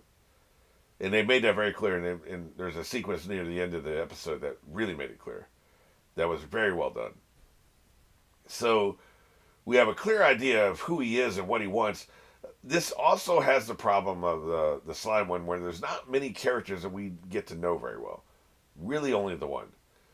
And if he has any friends, if he has any family, I wish they had done that in this episode. I know they had a lot of water to carry again. Got to build up the world. Just they have a extended flashback of how he first got into the hero business in the first place. But it doesn't take itself too seriously, and it really is just kind of roasting the other genres, which I think is interesting. And I just think that it's a rock solid pilot. It really makes me want to watch more. So he gets a 9, right? These two are evenly matched for very different reasons. For B stars, it's the characters. I'm very interested in the characters and their dynamics and how them being animals will affect those dynamics and the metaphors. I'm interested in all that shit with relating to the characters. The premise is also interesting. It's kind of tied into the characters because the premise is the characters. So it's hard to separate that. But here, One Punch Man is the premise. And the challenge of how will he find somebody who can compete with him, who can take more than one punch. How will he find that? And what will he do to keep going until he finds that? So that is what is engaging here. As I talk this out, I would tend to lean towards characterization. I care about the characters more than I care about the premise. So it is interesting, right? Like, it's an interesting dilemma as far as which of these four I will proceed to watch more of. But that's kind of out of the purview of this podcast. What I'm talking about here is only these episodes and how they hit me and what I thought. So that gets a 9. And if I was to give one note, I wish... Now, this is not knowing that he may be completely alone, and maybe that's one of the problems. And he seemed to be alone. But if there's anybody he spends a lot of time with moving forward, they should have had some of that in this episode. There's just not enough characters in this. Okay, so moving on, let's go ahead and go to the other half of the pilots. These first two were requested by people. The first one's The Golden Child. This one, fascinating concept. I had no idea what the hell I was getting into. You understand what you're getting into by the end of the episode. It's not your typical anime because it's longer. It's 6 minutes longer. And it's just organized. It felt like, apparently it is a Japanese company. It's something they were doing back before they knew how to bring anime over to America. They would use an American company and kind of have like a partnership, but it was a Japanese company apparently behind it, from what I've been told. But it's just unorthodox. So the animation is a little different. The voiceover is a little different. The English dub, which I was specifically told to watch this in, absolutely ridiculous. And this was a funny ass show. But what apparently it is, it's kind of like the show Kung Fu, the American show Kung Fu, The Incredible Hulk, Supernatural, where they travel the country. In those cases, America. In this case, it would be Japan, I assume. They travel the country and they meet new people every week and they get new adventures. And the adventure starts at the beginning of the episode, it ends at the end of the episode. Some of those shows had a little bit of a through line, like there's a reporter trying to catch, the Bruce Banner, I think it was. So they would have a little bit of a narrative through line. Never really mounted much. The reporter would show up after Bruce was gone. I don't remember Kung Fu. I watched it at one point, but I don't remember if there was anybody chasing him. I don't think so. And then, like Supernatural, they'd have overarching stories. Like, we have to do this problem of the season, but most episodes won't be about the problem of the season. They'll just be the monster of the week kind of format. So this will probably, I think this is 6 episodes. It'll be 6 monster of the week, 6 different things he gets involved in. The first one was about computers and computer coding in apparently 2005, I think this came out. I was astonished. No, 95. I was astonished because I thought this, from the level of the technology we saw, I thought it was circa 1989-90, but the anime came out in 95. We were beyond this level of technology. Like, they weren't using JavaScript anymore, I don't think. And they had different... Eventually, you'd have servers that, and you have battery backups and stuff where the shit would be saved. It's not like unplugging the server and taking the power off the server wouldn't destroy the files at some point. Because now, with my hard drives, I can I can lose power. We can have a blackout. Completely lose power. The information is still there. But in the late 80s, early 90s, the information would be gone if that happened, right? So there was a process to shutting it down. You couldn't just turn it off. And then they solved that problem because people were losing all their shit. And then they would lose their shit, right? So, anyway, we don't care about that. The point is, this is just, it was kind of a Monster Week thing. And I like the fact that you don't understand that till the end. And you really get, and there's only one character we stick with. We have the guest stars of this episode. Super fan servicey. You know exactly what this is. This is a precursor to the great teacher Osinko, whatever the hell that was called. This could have even inspired that author for all we know. It could be the same author for all I know. Felt that was very much the vibe. So, this is, there's not much there, but what is there is highly entertaining, which is what you want. And it's the perfect pilot. I'm giving it a 10 for what it is. Now, it's hard to compare shows to each other. Like, which one, if I had to watch one show right now, had to watch it, and I wanted to enjoy myself, I would probably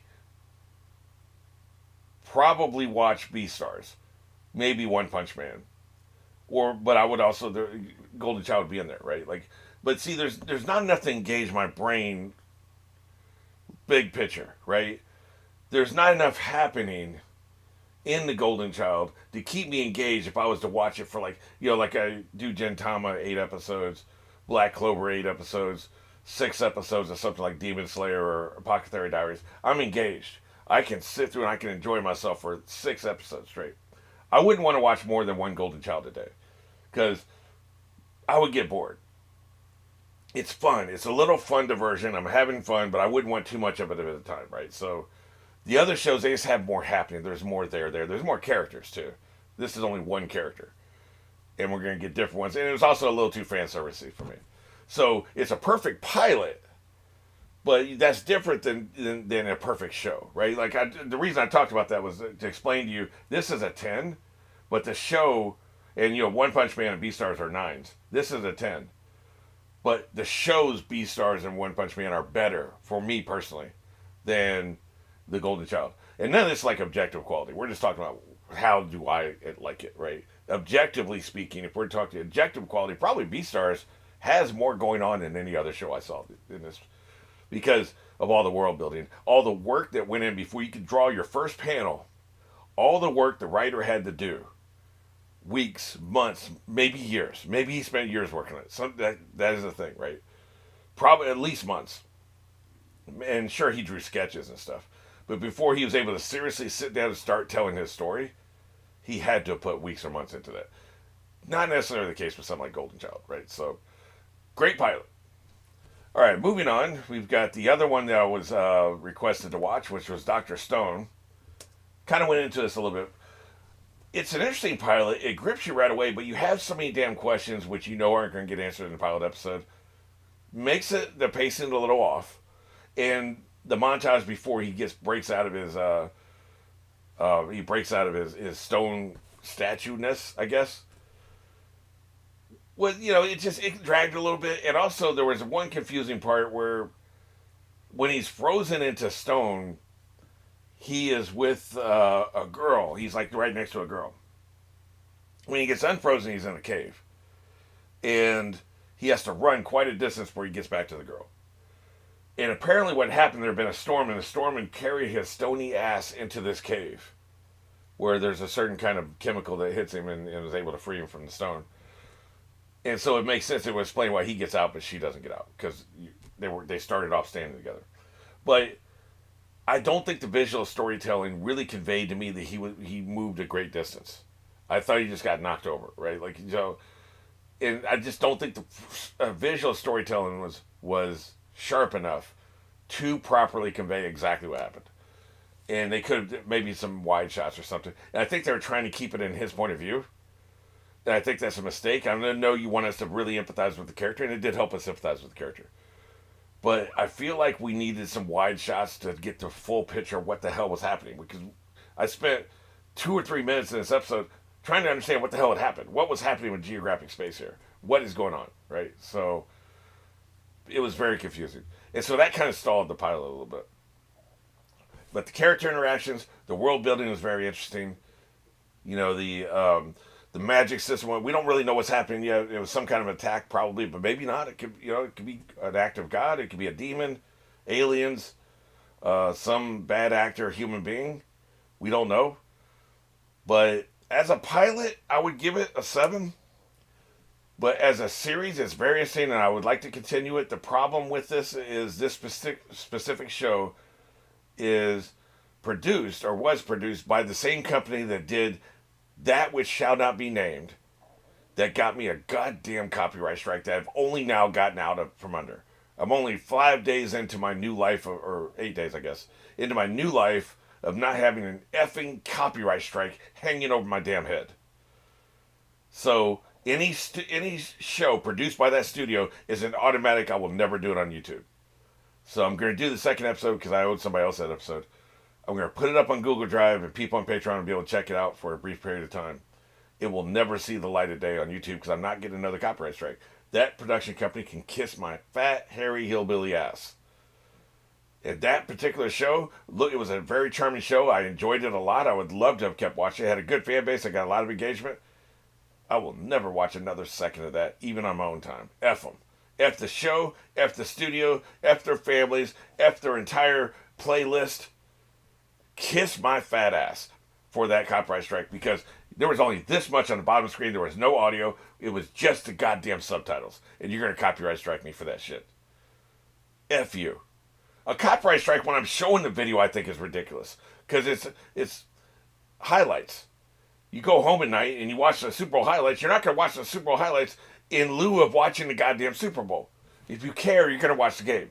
The highlights are to re-enjoy it. To show people a specific thing that was cool. That's all the reaction is, man. It's highlights. Ain't nobody watching the highlights instead of watching the show.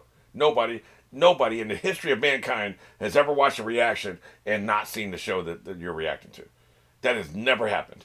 And even if it did happen, they wouldn't then be like, well, I wasn't going to go watch this show and pay that company money for watching the show. No, I'm not going to, because that's all reaction. That would never happen. So you're not losing anything, asshole. You lose nothing. And on top of that, even if you don't agree with me, which I know I'm right, but say you don't agree with me, even then, just seeing the subtitles, Wikipedia summary, did you get a copyright strike to Wikipedia? Did you do that? Wikipedia summarized the script. The script. They summarize the plot of this episode that you copyright struck me on. You're going to copyright strike them? Because that's all this was. It was just the text, man. It was a summary of what happened. They can see almost no visuals whatsoever. They can see feet. You copyrighted me over some Quentin Tarantino-ass feet and some subtitles. But you ain't going after Wikipedia. Kiss my fat, hairy, runny, nasty, hillbilly ass. Boy, that pissed me off. I will never forgive them. Ever. And I'm not even trying to be funny with that, with the anime connection, the name of this podcast. I'm not even trying to... Look, I literally will carry this grudge to my dying breath will be F this company.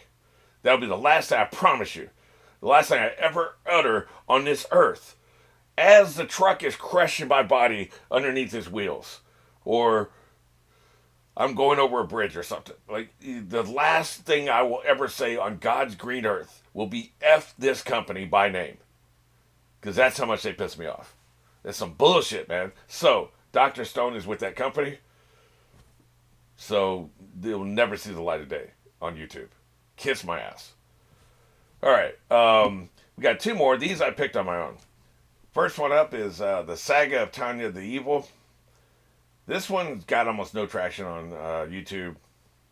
I haven't released it to the wild. Although, I will say the short got almost 1,000 views, so that's pretty good. But this one is wild as hell because they're combining World War I technology with magic. Brilliant. Absolutely brilliant. I love the characters. We kind of get into who the characters are. I don't like that we're in the point of view of the marshmallow minion, who's scared of everything. Not really a great protagonist. And the show is called Tanya the Evil, so I thought we would be in her head and she would be the protagonist, but kind of we're seeing it through the point of view of this minion, this marshmallow weak ass. Ooh, no, don't kill him kind of minion. I don't know. I think that was a little bit of a flaw. But the story, the world building, the magic system, the characterization, and the art, man, just the animation. This shit came out 10 years ago. And as somebody pointed out in one of the comments, I can't remember if it was the episode or if it was the short, the animation is better than some shit that's coming out today. and it is. It just got a lot going for it. I'd love to continue it. It doesn't seem like anybody gives a shit, but I'll release it to the wild. I'll release it to YouTube, see if it gets any traction. But I would love to continue. I just don't know that I'll have time because it doesn't seem like anybody gives a shit. But it looked really good. Like I said, there's everything to love about the pilot.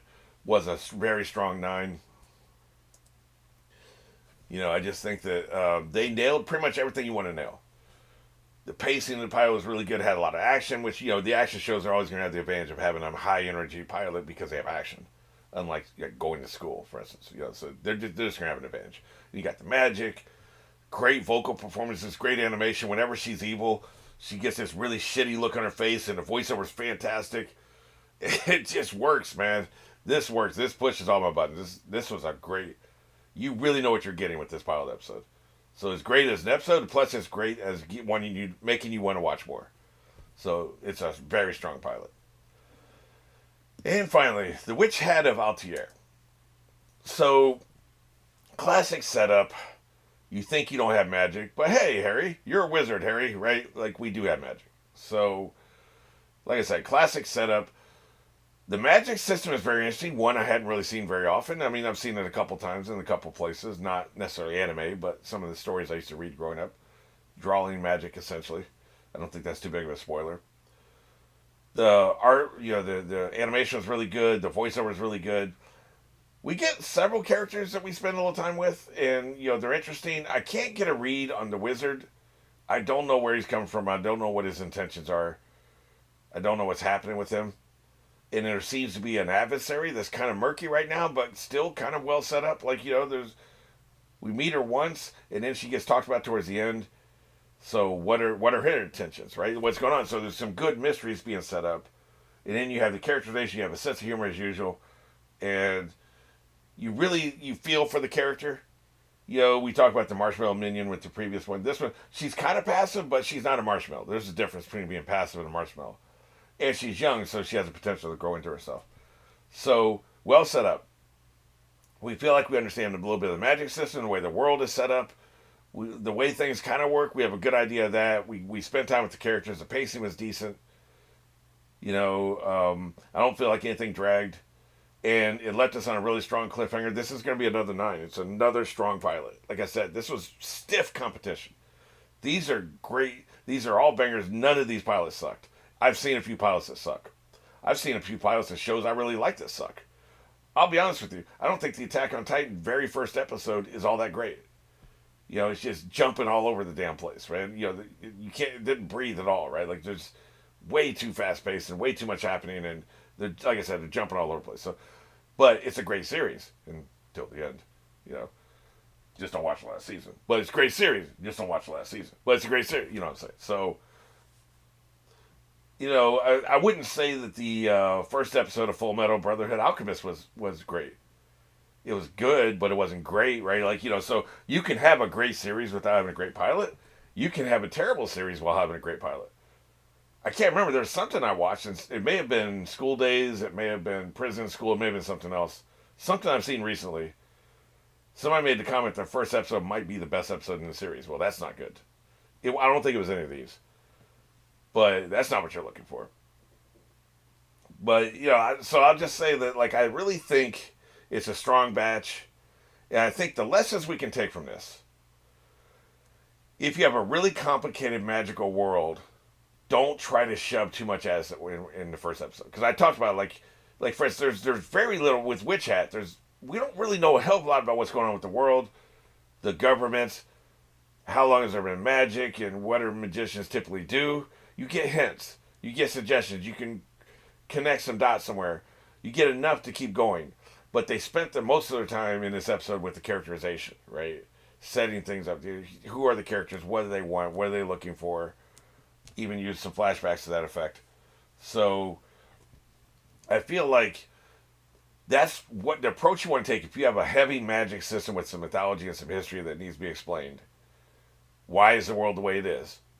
Spend your first episode with characterization. Go heavy with the characterization. Try to give us a good idea of what the characters want and what's in their way to getting it. And then give us enough with the hints that we can connect some dots. And then, in the subsequent episodes, you can really start layering in all the world building and the exposition that's necessary. And try to keep it fast moving, but not too fast. And try not to have too much time pass in that first episode, because then you feel like you're missing too much, like I had with Classroom of the Elite. So that would be my advice. If you don't have a heavy magic system, then that gives you even more time to do the characterization, like just with Classroom of the Elite. And maybe just have a problem that starts at the beginning of the episode that gets solved at the end of the episode, so we feel like we've made progress and we've learned about the characters. None of these really follow that format, except for The Golden Child. And that's all that show appears to be. Now, maybe if I watch more episodes, it'll be less about that. But none of the others, like the one with the Dr. House anime, with that woman who's like a brilliant doctor who can solve medical crimes. You have an overarching story and a continuous story, like a serialized story. But there is also, she solves the case. She hears about a case and solves it in the same episode, the pilot episode. Really strong pilot. That gives you a lot of movement. That gives, hey, we accomplished something, right? Also, ending on a cliffhanger is always a good idea for the pilot episodes. Make people want to hit play in the next episode immediately. Or be, damn, we have to wait 5 days till the next one comes out. Either way. These are my ideas for making a really strong anime pilot. Obviously, you're adapting material. So you're kind of handcuffed by what the material is. So I would give the same advice to a manga author. Now, I know sometimes the anime will adapt 2 to 3 issues. So I don't know how you do what I'm talking about in just one issue with 24 pages or whatever. But that would be my advice there as well. But if you do have a lot of manga that you can adapt, then you can pretty much do what I'm talking about. Just, okay, we're going to adapt this shit to give us a really strong first episode. If we skip some things, we can get back to them in future episodes. So maybe you have some wiggle room to what you adapt, when, and where. As long as you get the material on the screen, it doesn't necessarily all have to be in the first episode. So my advice, like I said, focus on the characters. You do that, you're going to be okay, because people want to spend time with the characters. They don't want to spend time with the premise, for the most part. The premise gets old really fast. So that's my advice there. All right, well, I've covered all that, and I'll go back and record the rest of the podcast later. But I just finished the last one of these episodes, so I want to get all this out there. It's the first time I've ever done the main topic as way ahead of doing the rest of the podcast. But I just want to get it on film, so here we are. All right, here we go with podcast feedback. This is from episode 1 of season 2. And we're starting off with some Ruji. For the Gintama corner, there are still a lot of one-shot episodes ahead of you and funny arcs, or, oh, don't you worry about that. Some of the funniest shit happens in an arc. He said this 3 weeks ago. I just wonder if we've reached that point yet. I don't know. We'll see. So no worries there, but the further you get into the show, the more dramatic arcs start happening. A lot of fans know that the dramatic arcs wouldn't have such an effect on people without the comedy, which is why if someone were to ask if they should skip the comedy and just watch the serious story arcs instead, most fans would tell you not to even bother starting the series. God damn. You know, that reminds me. I wanted to watch Dark, but I wanted to watch it in English so I could focus it, because apparently it's a very complicated plot. But this was back when, remember, this conversation happened when I wasn't as comfortable with subtitles as I am now. So maybe I should reconsider this. Anyway, let me finish the first thought. I wanted to watch it in English. And I was concerned I wouldn't be able to follow the story, because I was having trouble following Neon Genesis Evangeline because of the subtitles. And I thought it would be better if it was in English. And back then, you know, I didn't really know what the hell I was doing with subtitles. I was still getting used to it. Now it's second nature. I think I'll be able to follow it now. Probably going to do a rewatch of it, by the way. I'll do a rewatch of it and then do the movie. Most likely. Because it's been years now, and I just don't think I really grasped the series the way I should have because of the subtitle issue. I was just getting used to subtitles. And some of the stuff I've been watching was in English, like Hunter x Hunter, stuff like that. Maybe even Naruto. I can't remember if I had started Naruto yet. So I just wasn't as comfortable with it. Anyway, damn, I'm getting sidetracked. The point is, I wanted to do Dark, but I wanted to do it in English. And people are saying it's worthless in English. You have to watch it in the original German with subtitles. I said, well, I'm going to watch it in English anyway. They said, well, don't even bother watching it then. And I'm going to boycott your channel. Somebody told me they would boycott my channel if I watched Dark in English. That's how strongly they felt about it. I don't remember who it was. But that swayed me. I was like, okay, fine. I just won't watch it then, you know? And so that's kind of what you're saying here. You're saying like, you would rather I die in a ditch, face down in a ditch, than just watch Gintama serious shit. And I agree, by the way. I'm making fun of people who feel that way, but I actually agree because this is a comedy first and foremost. Though, well, I don't know, actually. I'm actually seriously considering this. Do we need to see the episode where he shapeshifts into the dog? Or his consciousness goes inside the dog? And the dog's consciousness goes inside his body? Do we need to see that episode to understand the what was the most serious arc? Probably the one with the people in the underground with the blonde woman, and probably that's my favorite arc anyway. That one, or the one they made a movie out of. Maybe not the most recent one. I think you need to really be tapped into the inherent stupidity of this show. And I say that in the most generous way possible. To appreciate the popularity, the poll results arc. There's no way you can enjoy the poll results arc if you're not tapped into how silly this show can be. But some of the other arcs, I don't know you necessarily need to have seen the one where they're looking for an apartment and where they get a bedpan thrown in their face and where the old man thinks that there's assassins after them and so on and so forth. Do you really believe that? Do you really believe you need to see the silliest shit to appreciate the serious arc? Because the serious arcs, that's one of the problems I have with them. They are so detached from the silliness of the show. You've got the dog turning really big. You've got, I guess something like Kaguya Can't Sleep. That one was a fairly grounded comedy. So that feels like that's in the same universe. This doesn't feel like it's in the same universe episode to episode. It really doesn't. Futurama's kind of the same way. Every now and then they'll have shit. Okay, remember this thing we did 2 seasons ago, but on an episode by episode basis, this shit is just dumb. It doesn't have to be connected to anything that's happened before or will happen later. It feels like there's 2 Gintamas. It really does. There's the universe of the completely silly shit where his consciousness goes inside of a dog, and there's a guy that comes out of a drawer who's looking for John Connor, the Terminator, and they're talking about manga sales and the anime.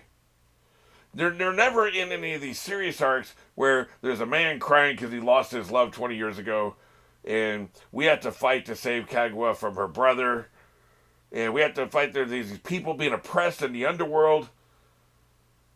There's that doesn't feel like the same universe as there's a man coming out of a drawer, and they never talk about the anime and the manga and their sales and the fact that they have an author. They never talk about that shit, at least in the anime. Maybe in the manga they do. But in the anime, they're not in the middle of, hey, let's save these women who are being oppressed, and basically all the women down here in the underworld are slaves. Let's save them. Oh, by the way, we're an anime. We have to worry about our ratings. They don't do that, right? It feels like 2 separate things. There's all the serious shit. Most of the serious shit. Well, serious shit doesn't mean... That's the thing. Serious shit doesn't just mean arcs, right? You could have a serious one-off episode. They'd have that before where they're kicking a can, and I think the old man was dead, but I'm not sure. That was a fairly serious episode. So, those feel like 2 separate shows. There are 2 Gintamas. Tale of 2 Cities, right? There's silly-ass talking through their butt, man coming out of a drawer, burglars are trying to burglarize, and there's a stalker in a different drawer. I don't know what is with this author in the drawers, by the way. He really likes people being inside drawers. I don't know what that is. That's a fetish or something. And there was an illness where they turn into, what the hell did that sickness make them turn into? Pixels or something? Like they kept devolving. Their animation kept getting worse. There was that universe.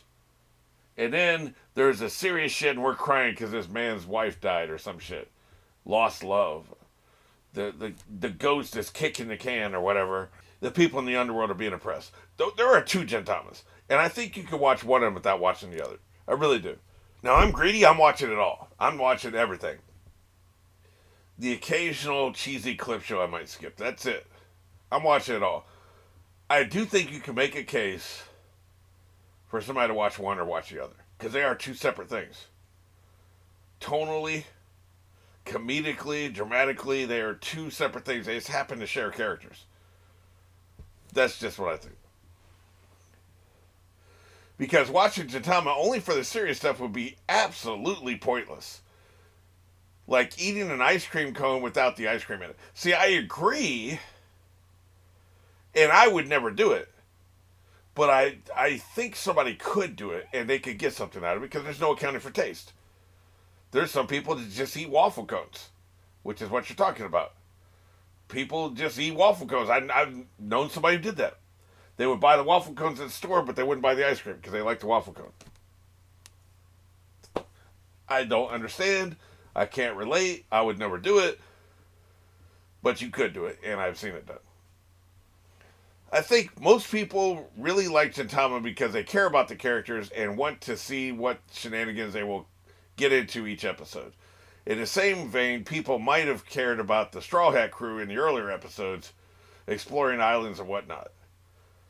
I don't know. I mean, I care about the characters, but I'm not invested in the characters. I'm not emotionally invested in their arcs and their journeys. They're going to be okay.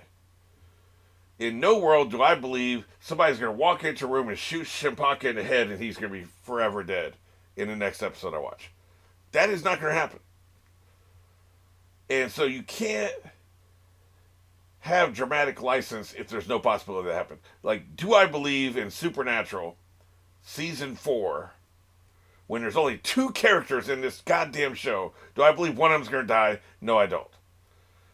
But they could. Potentially. There's potential energy there because it's a drama.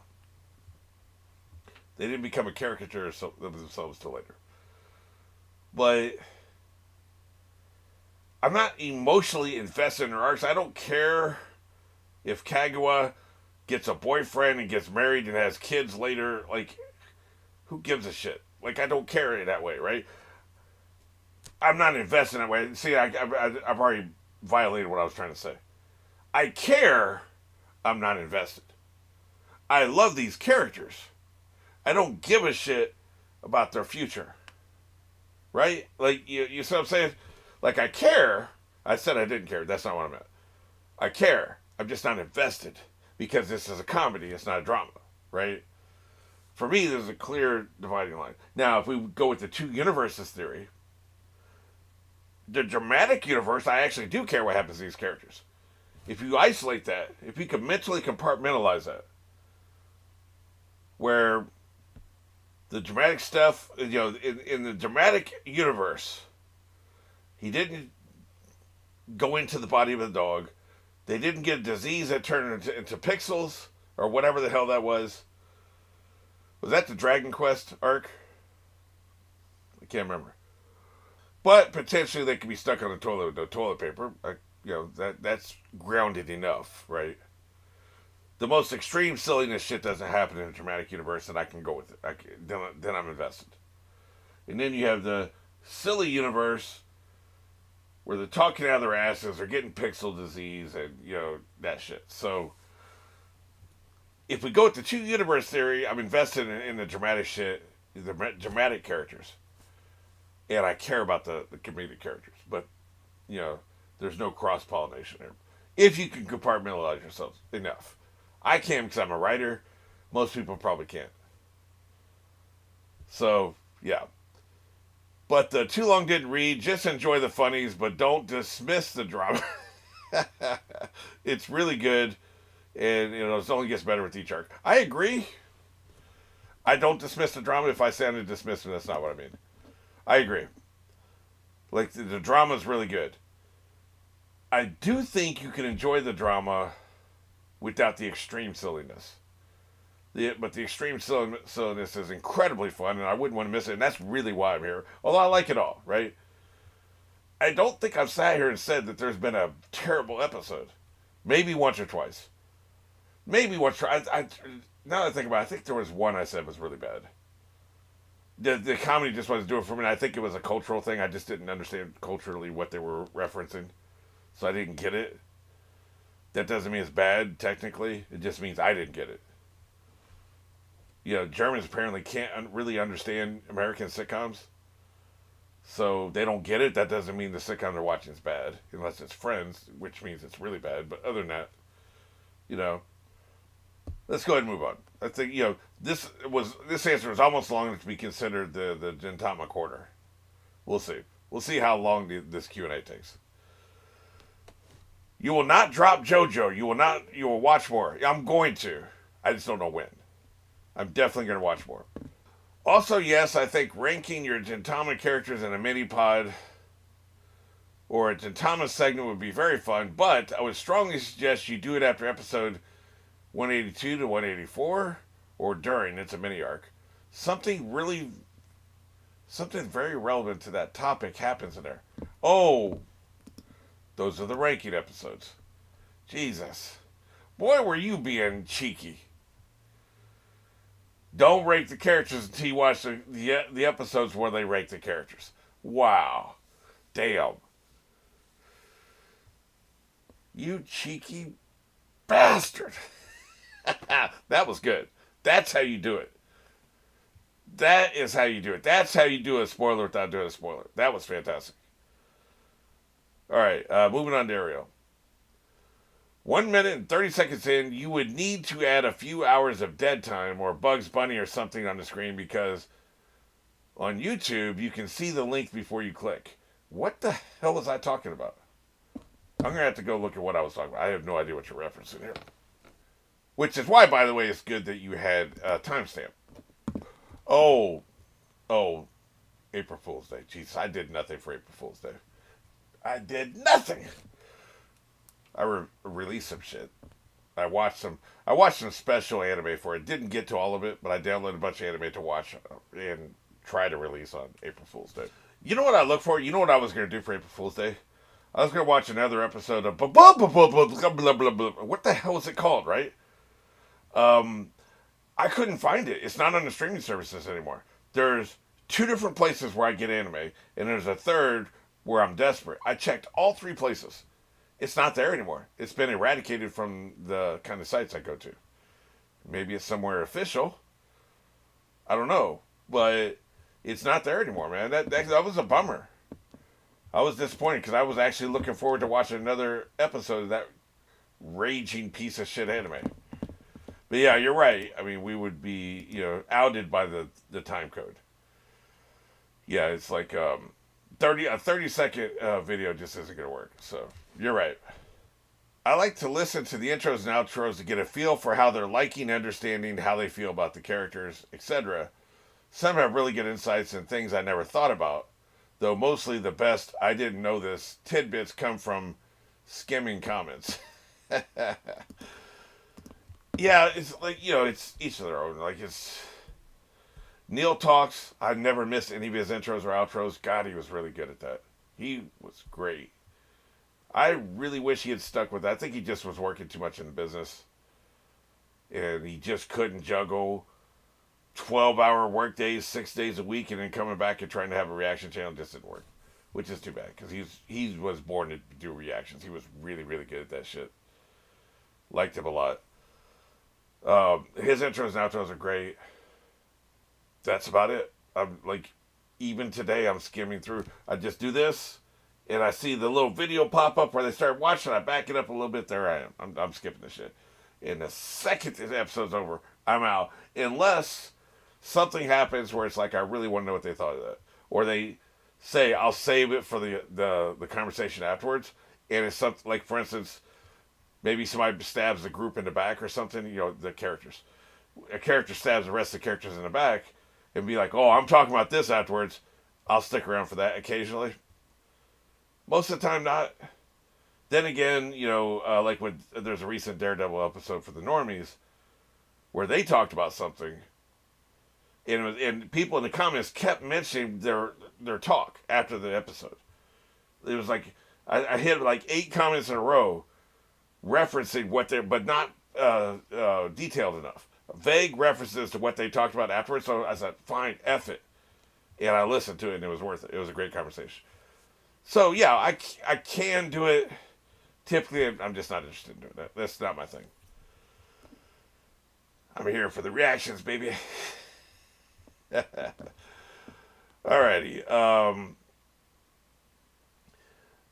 Also, Ariel, I voted for Apothecary in the poll, and so far it's winning.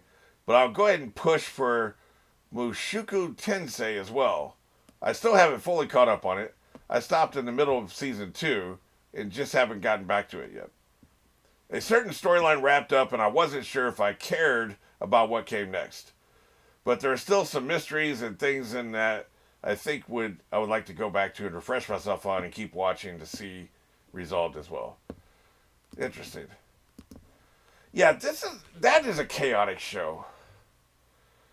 That's a chaotic show. As I speak this, I've recorded the main topic for the podcast. I haven't done the corners yet. I don't know which shows I'm going to do corners for. I'm going to go back and check the poll, look at the comments, see what people are asking for. But I haven't decided which corners or what those topics will be.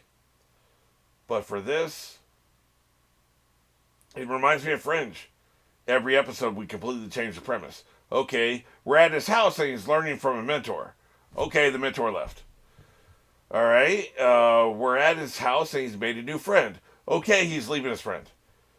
Now we're traveling and we're going to some place where he's here to teach somebody else. Now he's a mentor. How long is that going to last? That's where I'm at right now. How long is that going to last? I don't know. Probably not very long. So that gets a little frustrating. I would like to settle into something. Can we have a routine? I prefer a routine with the series. Most of the great shows have a routine. Yes, Attack on Titan kind of changed. They remix things, but they didn't do it. What am I on, episode 5? I've had 4 remixes in 5 episodes.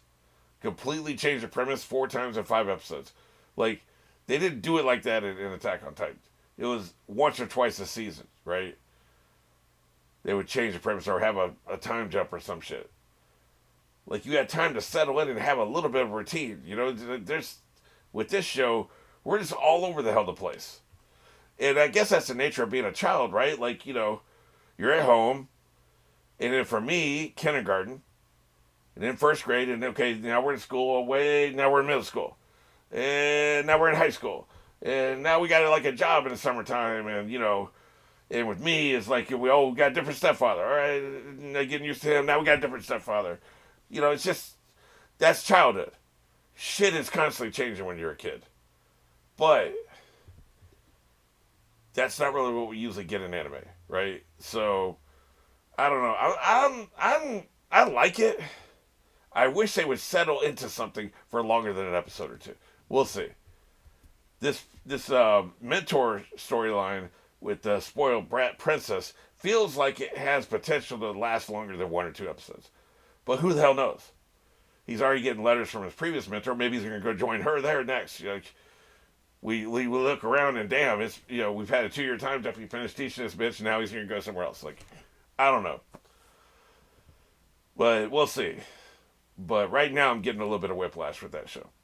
So I kind of know what you mean. Like, it sounds like they keep doing that shit, and then eventually they run out of, they keep remixing into something else, and then it's like, well, this is so far from where we started, I don't even give a shit anymore.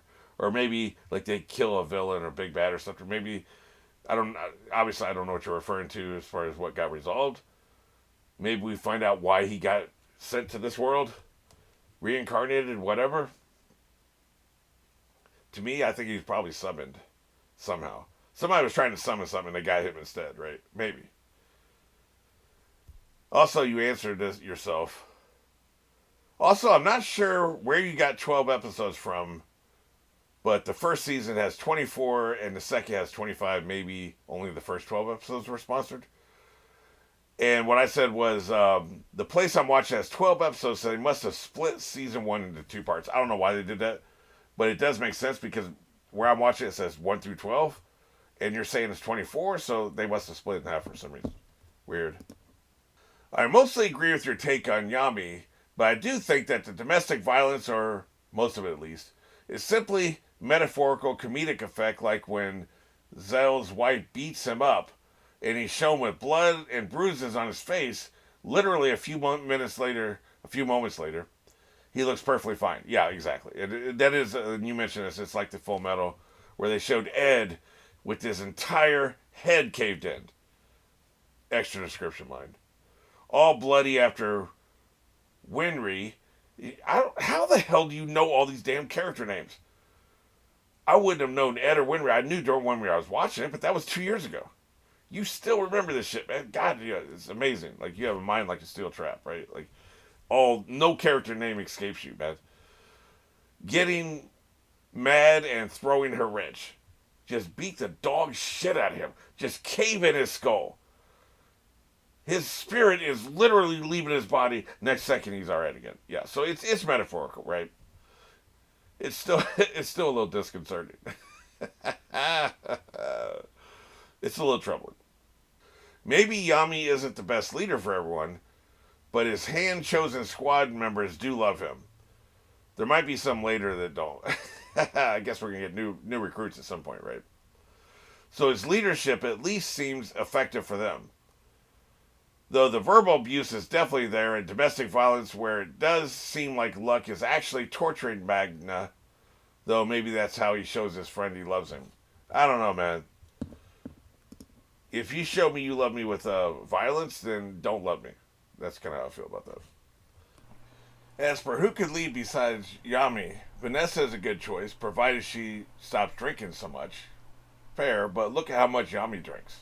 So we could make that case, right? Like, now, we don't see him passed out, but maybe he goes back to his room and passes out because he leaves a lot, right? And he leaves to go to his room and whatever. So I think that's a push, honestly. If you're looking for the most intelligent member, which doesn't necessarily lend itself to leadership, but potentially it could, yeah, that's true. I think an interview with the author revealed that the smartest member is actually Ghosh. Really? But he's emotionally compromised, so it doesn't matter how intelligent he is. He's emotionally compromised over his stupid sister, so that's a problem. He has made some good strategic decisions with his own magic and collaborating with Gray and Charmy. I mean, that is true. So maybe he could be a candidate if he can get past his sister complex. He's emotionally compromised. So, shit. There aren't many good options. Charmy is too emotionally compromised, but with food. Luck, or whatever hell his name is, wants to fight all the time. He's not a very good strategist. We don't have any idea what the hell Gordon's personality is because he won't, effing speak up. Shit. I don't know. I mean, it's an interesting question. I think that's why I talked about it here, right? Like, that is a very interesting question. It's a problem.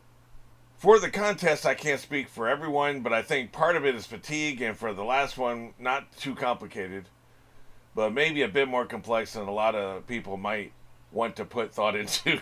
I mean, yeah, it's supposed to be fun. It's not supposed to make your brain hurt, I would like to see you keep doing them, but maybe keep them simple and give a longer heads up. Though the things about the heads up is, the problem is, I can't know with 100% certainty how I'm going to feel tomorrow. So I have to guess, right? So, for instance, right now it's 5:25 p.m. on Sunday. I can say with relative amount of confidence, I'll probably feel pretty good tomorrow, which is when, because if I'm feeling like crap, I got a headache, my hip hurts, or whatever, or I could potentially, like, if that's hurting now, it might be tomorrow. Sometimes I sleep wrong and I wake up with a headache that won't go away till I go to sleep again that night. So I have a headache all day, so can't really concentrate as much. I tend to edit on those days. It's hard to do reactions when I'm feeling like that. So I can't know, like, for instance, on Wednesday that I'm going to do a marathon on Friday, because what if I feel like crap, then I have to cancel it, then everybody loses confidence, right? You don't want to announce something and then not do it, right? So that's why I only give about 6 hours notice. It's like, okay, I've got 6 hours. It's going to be midnight in 6 hours. So I'm going to go take a nap. And when I wake up, I'll be about ready to start the marathon. So I can say with confidence, I feel pretty good now. I'm going to take a nap. I'll get up and I can roll. That's why there hasn't ever been more than 6 hours notice. Sometimes a day's notice. There was once, or very early on, where I announced the marathon and had to take it back. And that's why I don't do more than 6 hours notice. So it's one of those things that's, just not, there's no good solution. It's not convenient. So, we'll see. We'll see what happens. I think the last one suffered from being too last minute as well. I almost didn't guess because I was going to think about it longer or gauge my guess based on the other people's. But I put in a quickie because I knew I would probably just end up going to bed and missing the deadline. Yeah, I mean, it is what it's not a big deal. We'll probably do one at some point, over the summer or something. I don't know. We'll see. But right now, I'm just going to do secret marathons. So if you notice a glut of movies or a glut of anime coming out, then there probably was a marathon.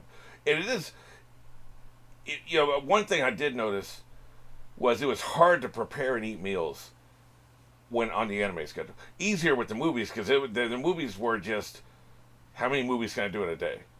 But with the anime, it was like I got to do one every hour. And that is very productive when it comes to getting a lot of anime in, right? Because it's like I can't procrastinate, and I have a problem with procrastination. So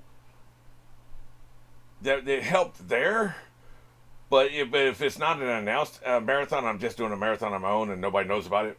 I can take 2 hours off for a meal, get back to it, and then do another 6-8 hours, right? So I'm still doing the marathons. Like I said, they really help me stay productive. Like, as a matter of fact, I'm gonna do a movie marathon tomorrow. Like, when I get up in the morning, I'm going to cram as many movies as I can in tomorrow. So you see a glut of movies come out. But it's not something I'm going to announce. So, but we'll see. Like I said, it's fun. Maybe if I can find a fun way to do some other kind of contest. I've been kind of thinking about it. Some way that you could predict something in a way we can keep score and nobody's worried about anything, shady happening. I thought about maybe with some of these like pilot reactions, would I hate it? Maybe you could predict if I'll hate or love it. Maybe you could predict what score I'll give an anime, a pilot. That's possible. Because I hate it or love it, I tend to love most of them, right? But a score, what score will I give it? That's a possibility. What score will I give it? I don't know. Something to think about. I love the contest. I love people being able to get shit. Anyway,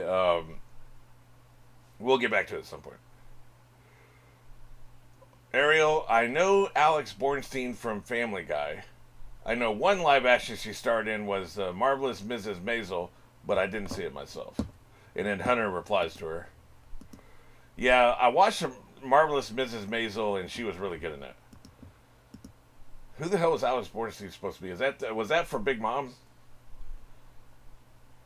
Yeah, I think so. Speaking of Hunter Stone, let's switch to him. He's got some comments here.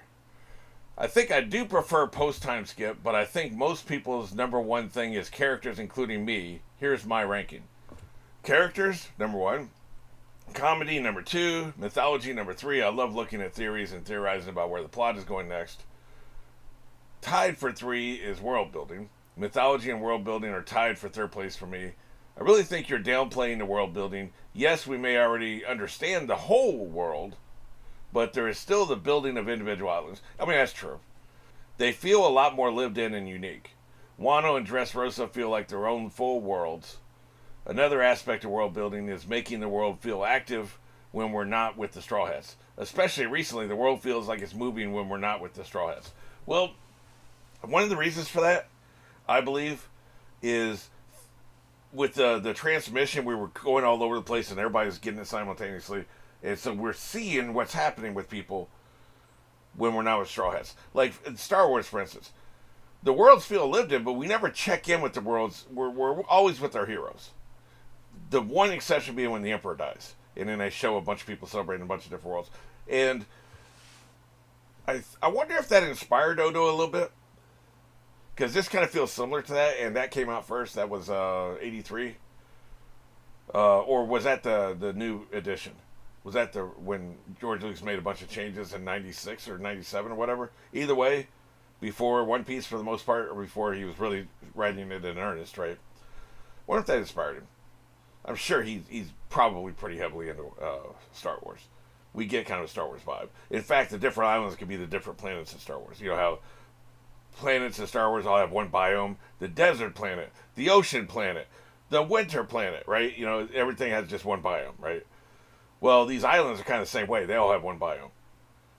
You know, you may have like an ice and fire, but it used to be ice, and then it was caused, or they had that big fight where they made it kind of an ice and fire island, right? But typically, there is a very Star Wars feel to all these islands, each have their own biome and their own interesting characters. So I think there is some inspiration. We've talked about the Gulliver's Travels influence. I've definitely seen in the Journey to the West influence. There's some Star Wars influence here too.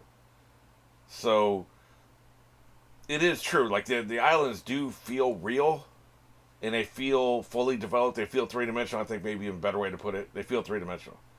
So he's done a very good job of world building with that. That's a different level of world building than what I'm talking about. You're kind of talking about the exploration aspect,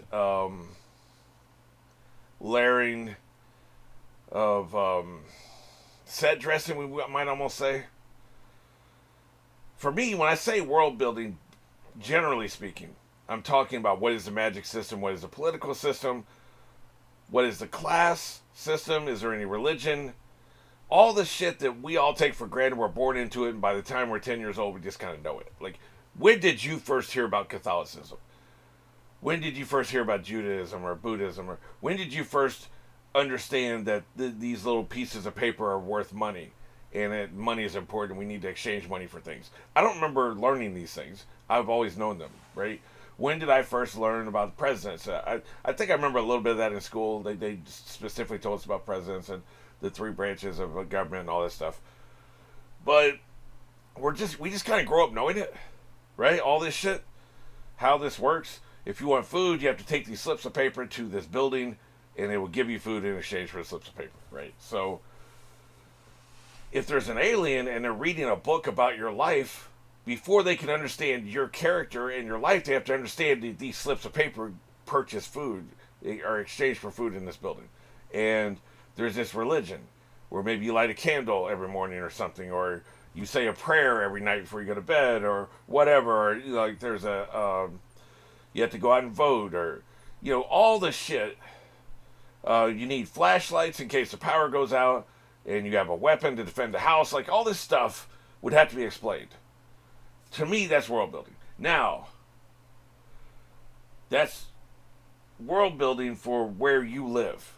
If you go to France, they have different world building. So I guess it kind of is still world building. I think I'm splitting hairs here. But when I say there's nothing new under the sun when it comes to world building, I'm more talking about the fact that all the really basic shit has been handled, and that's so interesting when you first learn it in the first 150, 200 episodes. We still do get new revelations. We're finding out things. We just found out an elder could die just in my previous episode I watched. So, you're still learning new things, but there's not the glut, there's not the orgy, there's not the smorgasbord buffet of learning new shit as there is at the beginning. So it's just not as impactful to me, right? Like, learning about the elders, the elders could be killed, spoiler alert, is interesting, is fascinating. I was at the edge of my seat. But when's the next new thing we're going to learn? I mean, the first 100 episodes, it was every episode damn near. We're learning shit. So it just doesn't feel as impactful. But I do get, we're pretty much on the same page here.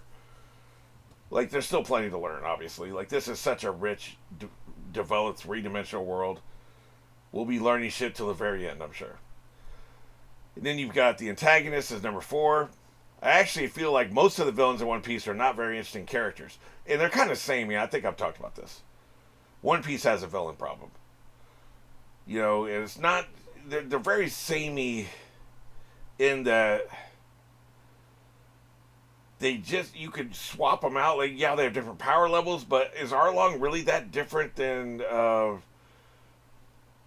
what the hell was the Beastmaster's name? Kato? Are they really that different? They're both arrogant assholes. They both look down upon people. They both seem damn near unbeatable. And then they get beat and they're just gone. So, I mean, yeah, I think you mentioned Big Mom. Now Big Mom becomes a very different and unique villain. Yeah, Big Mom was one of the exceptions. But Arlong, Crocodile, Morty, whatever, zombie boy, and Kato are essentially the same character. There's not much to distinguish them. Whatever the hell Electric God is Skypiea, same thing. He's another one that's just like the rest of them. The Admiral or whatever he was, Iron Jaw, a little bit less so than the rest. He was even less interesting because he wasn't even that very physically strong. Yeah, he was a different flavor of villain because he wasn't just, oh, I'm strong. He was more Machiavellian, I guess we would say. Like, he's manipulating people and shit like that and trying to use people against, gaslighting people and all this shit. And he had a level of cruelty I don't know we've seen with a lot of the others. Sadism, right? Like, he's just basically torturing physically and emotionally Robin for no gain, for no purpose. Big Mom will torture you, but she wants to gain something out of that, right? So, so he was a different flavor, I guess. But most of the villains are samey.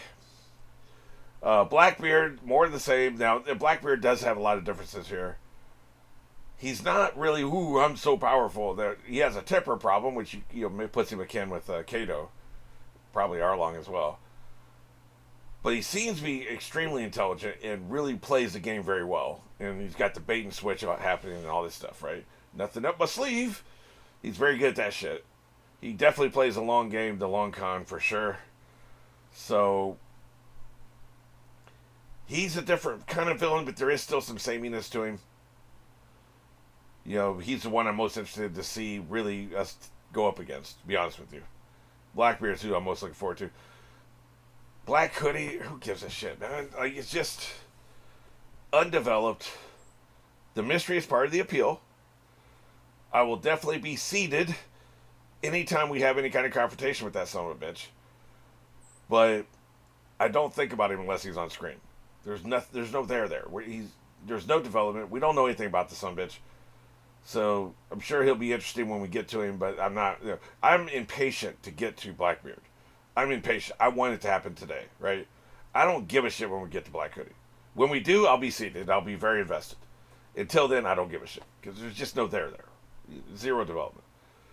So they definitely have a villain problem. You're absolutely right about that. And you talk about the Marines and the World Government are your second favorite villains.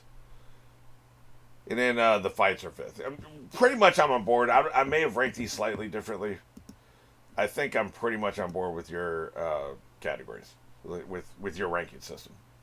How long do the Gintama arcs get? Well, I think they're anywhere from 3 to 9 episodes, I think. Maybe 10. But some of them are stretched out, poorly paced. An episode of Gintama is 22 minutes, but they'll have some cold open that has nothing to do with the arc. That'll burn 3 minutes, and then a minute and a half theme song. And then they'll show 12 to 14 minutes of the arc, and then they'll have some bullshit ending, right? That has nothing to do with the arc. So I talked about it, it's almost like they're spreading the butter too thin on too many pieces of toast, right? There was a specific arc. It felt like they could have wrapped it up in 5 episodes and it went like 7. So some of them are poorly paced. I would prefer one shot, same as you. I like your comparison early on about it being like The Simpsons, so I want Gintama to be like that. And I have seen that Hunter has been watching some of my Gintama reactions, so I think he's getting into it. Wonderful show. This and Black Clover have been the biggest surprises for me. The ones that have been sponsored that I would watch for free, right? And I am watching Black Clover for free. I think it's like the first episode was sponsored. But Gintama continues to be sponsored, thankfully. But man, is it really good? But it does try your patience. It tries my patience for sure. They get a little too up their own ass sometimes. They break the fourth wall too much. I think I'll save that. I got to do a Black Clover. I mean, I've already done a Black Clover corner. I got to do a Gintama corner. I'll save more Gintama comments for that. So I don't want to blow it all here. I've already been talking about One Piece. I still got to do a One Piece corner, right? So I'll contain myself. It's all about people wanting others to know how smart and good their favorite show is. And I totally get it. I sometimes think that way. I think people also want people to fully understand something so there is less of a chance they don't like their favorite thing. Yeah, I mean, we care that people like our shit. I do too. There's a friend of mine, I'm really trying to get her to watch Plurbius. And I want her to like Plurbius, and I'll be hurt if she doesn't like Plurbius. I'll be annoyed. One of my girlfriends watched, there's a movie called The Others with Nicole Kidman. And it was my girlfriend's favorite, absolute favorite movie. And this is about the time it came out. So it hadn't been out for very long. It was on DVD. It had been out for maybe a couple years. And so she was really excited about her mom watching this because she loved this movie. I'd seen it with her twice. She'd watched it on her own. And her mom, she didn't really have like a large social circle, so her mom was like one of the only few people she would spend any time with. So that was her one opportunity to get somebody to watch something she liked. They watched it, and her mom was just meh. It wasn't even like she hated it. She just didn't give a shit. And we get to the ending, and the ending's really good, man. A little trite, a little cliche, but really good. It's really good, man. I liked it. And my girlfriend liked it even more than I did. And she was so bothered. I was going to say hurt, then I was going to say offended. I think bothered is a word.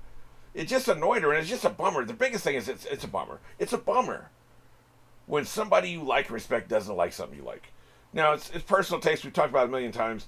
There's a difference between something being objectively bad, cloud fucking atlas, and something being just not your cup of tea. What's not my cup of tea when it comes to movies? I don't think...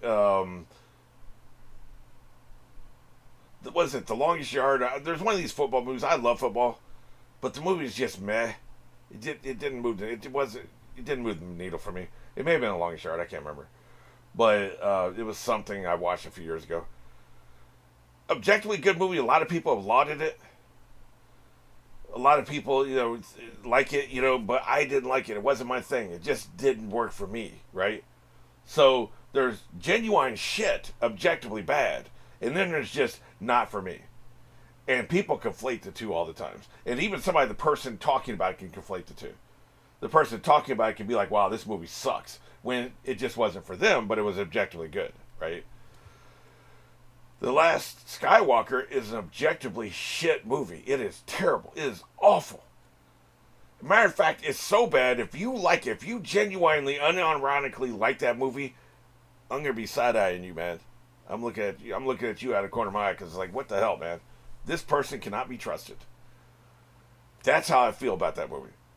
Objectively bad. But if somebody likes it, they like it, right? Like, I said outside, I won't trust them, but, you're allowed to like it, and vice versa. A lot of people don't like this new Peaky Blinders movie. That's all I see on Reddit is people shitting on it. It makes me scared to watch it. I've been procrastinating it for several weeks now because I don't want to watch it and not like it because I love the series. And I keep seeing these headlines. I love the series, but boy, this movie trash. So I'm annoyed. But, so I am letting other people's opinions affect mine, which I shouldn't do. So, I mean, once I watch it, I'm going to have my own opinion. But I'm letting their opinions make me hesitant to watch something. And F their opinions. I don't care about anybody else's opinion, honestly. Like, I'm not trying to be a dick. I don't. I've never succumbed to peer pressure. I'm not that kind of person. Peer pressure is irrelevant to me. But apparently not. A little bit. Apparently a little bit, right? Because there have been other movies people have said were mid or sucked, and I watched them and I had to be like, yeah, they're probably right. I don't know, man. I mean, it's just... But yeah, I mean, people want people to like the shit that they like. And it's not controlling. And I don't think, you'll think less of the person. I mean, my girlfriend didn't think less of her mom. She was just annoyed and bothered that her mom didn't like it. It was a bummer. That's the best way to phrase it. It was a bummer. It was just a bummer. So yeah, it's a bummer if your reactors you like don't like something you're into. But what's really a bummer is if they're not paying attention. And the only time to not pay attention bothers me, honestly, is when there's a really good joke and they don't catch it because they're screwing around. That annoys me. The normies have had that problem. I have about a dozen favorite jokes with Buffy the Vampire Slayer. Just little moments here and there. Your myth taken, right? She said, I thought I love this so much. A woman's talking to Buffy the Vampire Slayer. She said, I thought vampire slayers were a myth. And Buffy says, well, you were myth taken. And the professor didn't laugh. And that was a killer joke, man. That was a killer joke. I still laugh 25 years later. It was a killer joke, and the professor just didn't, she didn't laugh. So I love that, right? And I think the normies got it, but there was a couple others reactions I've watched. They talked over it or something. And it's annoying. It's a bummer. It's not even annoying. It's a bummer. It's a bummer. It's a bummer when somebody misses something you really like. So I get it. I totally understand. That's why I think I really do think the best reactors are people who watch reactions. Now I'm on my high horse. I'm crawling up my own ass when I say this because obviously, huge reaction fan here. But I think you can't truly understand what somebody who follows your shit is going through unless you also have the same travel. You travel the same road, right? I really believe this. 100%. I travel the same road as anybody who watches my shit. So people talking about, hey, where the hell are the From reactions? Where the hell are the JoJo reactions? Where the hell are the One Piece live action reactions? Where the F are they? I understand. Because where the hell is Dami's Buffy reactions? God damn it. When's the last time she put one out, man? When's the effing last time she published one? And I am scrolling, man. 10 effing months ago. Episode 11 of season 6. 10 effing months ago. She's doing like Doctor Who now. F Doctor Who. So I get it, man. I totally understand. That's why I'm never going to be mad. As a matter of fact, I take it as a compliment. Where the F are the JoJo reactions, I take it as a compliment. You actually want them. It motivates me. I would not be going back. I promise you. Like, I'm going to watch JoJo today. Today. You'll know I'm telling the truth because by the time this podcast comes out, it'll be back, right? You will know. Like, this isn't me just blowing smoke up my ass, right? Or your ass. But I would not be going back if I wasn't getting questions every couple weeks. Because F that show, man. Like, this season just ain't worked for me, man. F this season. It's just, I tried. I really tried very hard to get into it. But it just doesn't slap. Like I guess I like the travel aspect of it. Or there was a travel aspect of seasons 2 and 3. And then there was the when it was a whole town. That was great. I love that. And it was just they're kind of going around in the whole town, and the whole town's kind of coming together piece by piece, and there's all these interesting characters. That all slapped. And then you've got we're in Italy, and we're going down to different islands and shit, and that was more of a travel. I think I really like the travel aspect of JoJo. The guy does it very well. He does travel great. Like, it's very interesting. And and knowing the fact he goes these places for real. So you just feel so authentic, and there's just such a great vibe. And now we're going to be in the same goddamn place all effing season, man. Like, just, if it wasn't for the mystery of what the hell's happened with this boy, and then also I think we might have lost Jotora. That's interesting. That would pull me back a little bit. But it's people asking me. Like, I'm going to do it today because people have been asking about it. That's the only reason. I can't imagine. I know some reactors do that. They get mad. They either get mad or they duck and don't answer the question. They run and hide, right? So I don't react. I just don't think there's anything negative about that. I think it's it's so flattering that anybody wants to watch anything I do, right? So I do. That's how I take it. I'm never offended. This is funny. His very next comment, Hunter Son's very next comment. Please continue, JoJo. I want to get back into it. Case in effing point. My point was just about how people want people they like to like the things they like. I'm just not liking this season of JoJo. It's kind of, I guess, is where I started this conversation. But hopefully, I'll get into it. Maybe just watching and binging it, I'll get into it. So we'll see. I just love that was literally the next comment. I hadn't looked ahead, so I didn't know. A lot of your posts don't show up for me until way later. I think I missed one of your marathon posts, and we cut it pretty close to not entering on 2 or 3 of them. I enjoy your marathon posts. Yeah, like I said, it's just for me to be able to make sure I can actually do it has to be close to the deadline, unfortunately. But what I could do, now that I think about it, say there's going to be a marathon starting within the next couple days. Not sure exactly when. You have 2 days to sign up, 2 to 3 days to sign up. And then actually. I wake up, I feel good, I start the marathon. That'd be the way to do it, right? Do a marathon post.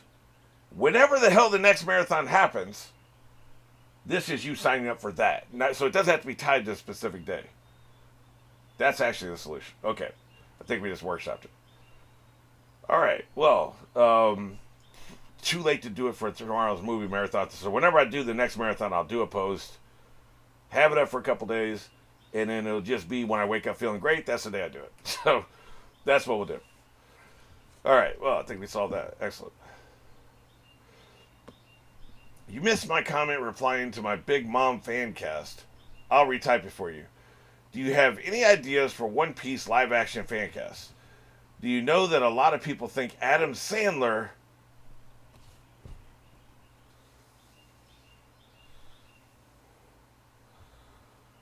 I don't give a shit what the next thing you're going to say is. The only thing Adam Sandler could play in One Piece is the goddamn dog, and we're past that part of the story. They didn't do the dog story, did they? They didn't adapt that part. That dog that sounded like a human being. Worst animal acting I've ever heard in my life. That voiceover was trash. Adam Sandler could play the dog.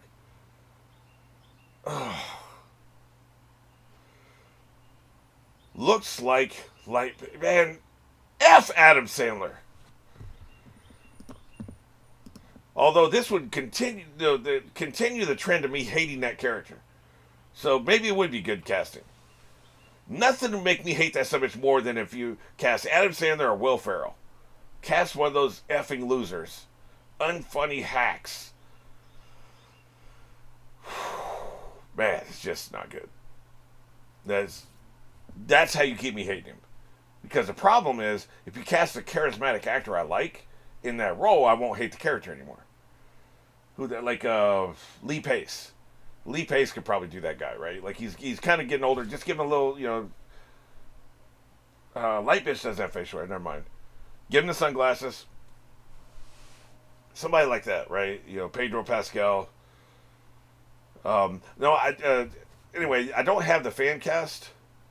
I don't really do that. I don't give a shit, right? Like, for me, they announce who they've cast, and then I criticize.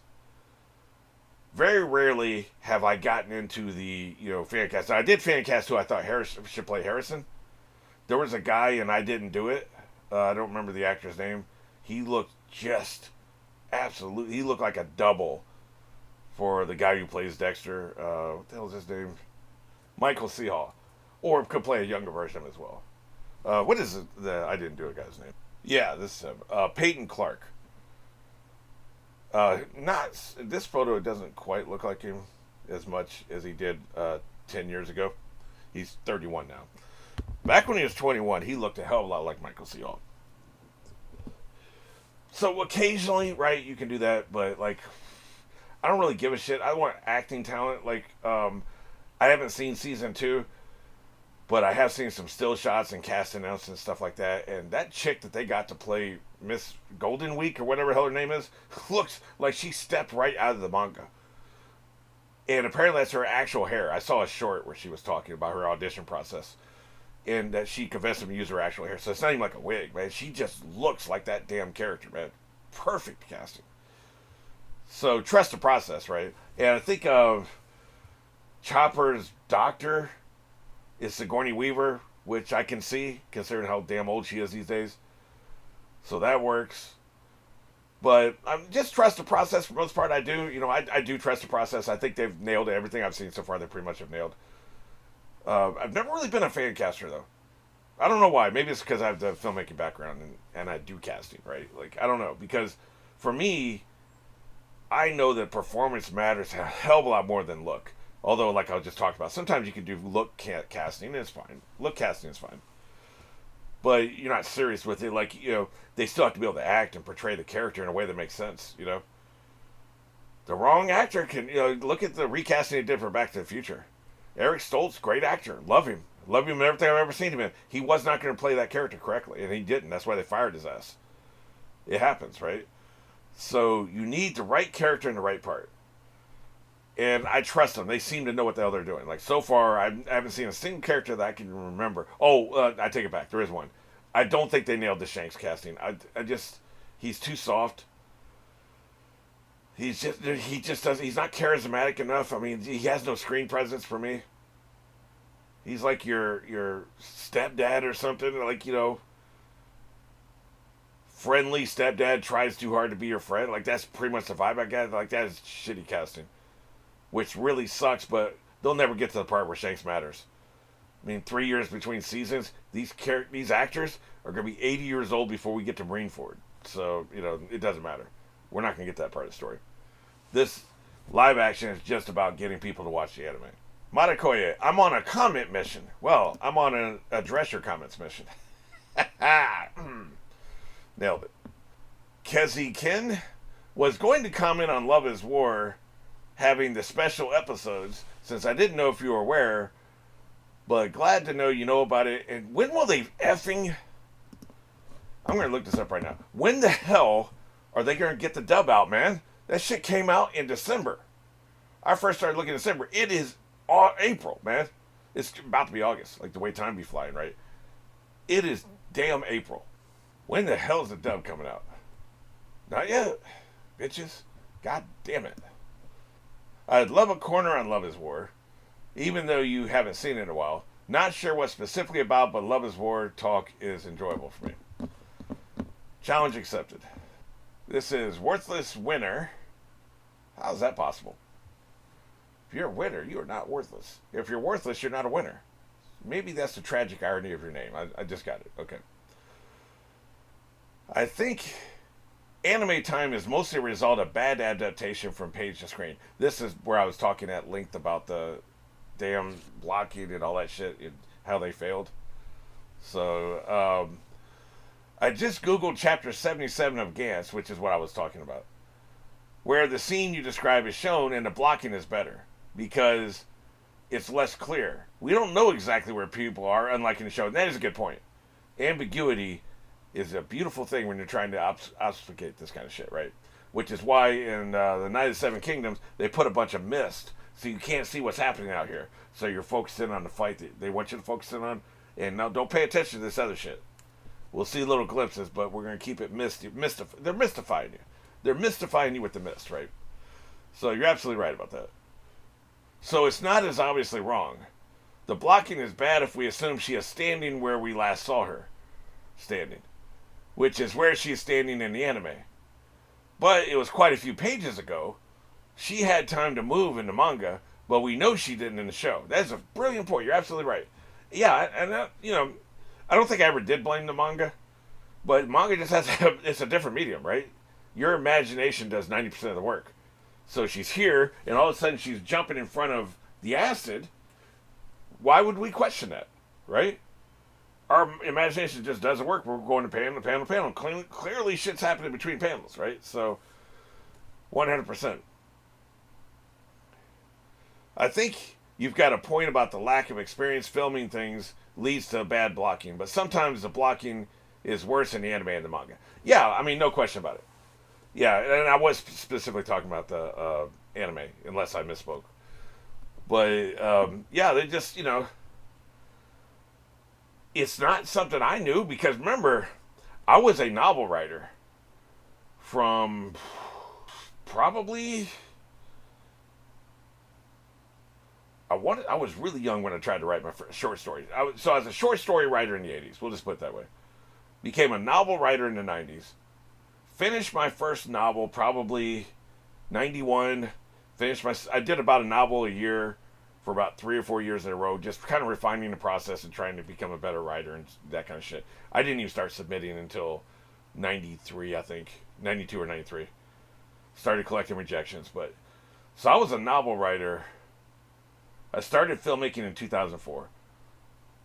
A good 14 years before I started filmmaking. And I'm sure if I was to go back and look at those books, which I never will because they were trash, my blocking was garbage. I promise you it was. I'm sure it was just, you need the experience. And like I said, like if you're a young writer, try it out with your friends. Like if you have a specific scene where you're trying to do the fighting and stuff, or action figures. My director, the guy I worked with a lot, John Fouts, he would use action figures. He had action figure collectibles, like stuff on a shelf above in his office. He would pull that shit down and be like, okay, we got 4 people. Here's how they're standing in the room, and you can kind of like simulate the size of the room on your desk, depending on how big the action figures are. And we're talking about those action figures, kind of like, I guess they're like about that. So, okay. And he said he would even use a ruler sometimes to kind of simulate, okay, these people are this tall, so they're about 6 feet tall. So if the room is 10 feet, you can kind of figure it out, right, with the ruler. That's the size of the room. Does this make sense? A lot of times it's about, can this person get out this door when there's a fight taking place in front of them? There's 2 people fighting. The door is to the left. They're over here. Can they get around those people and get out the door? And we had a script written one time where there's no way in hell you've got 2 grown-ass men here fighting. The size of the room, the fighting is happening between the person and the door, the only door. There's no way they're getting around them. Especially when these people both of them want to keep that person in the room. They're fighting each other, so they're distracted, but a bigger room, you can get around them. And it just didn't work, so we had to find a bigger room. So you can figure some of that shit out with action figures. Just be like, okay, this doesn't really make sense in the space. And I invite any aspiring writers, step out of the page and start working in 3 dimensions. And you'll be surprised at what you figure out. Some of it will be to the betterment of the script, the novel or whatever you're doing. Because you'll realize there's solutions that are way cooler than what you were thinking anyway. Not gonna lie, I don't tend to like reactors who have a habit of missing what's going on. But people watch reaction channels for different reasons, and some might like that. Well, it's kind of like what I was talking about. Like, if I want a deep analysis of character motivations and themes, I'm going to watch Sophie Reacts. She's the only person I've ever seen, with the possible exception of Tyler Alexander, who is another one that's in this category. She is the only person I've ever seen who got the, what the hell is it called? The end of season 4 of Buffy.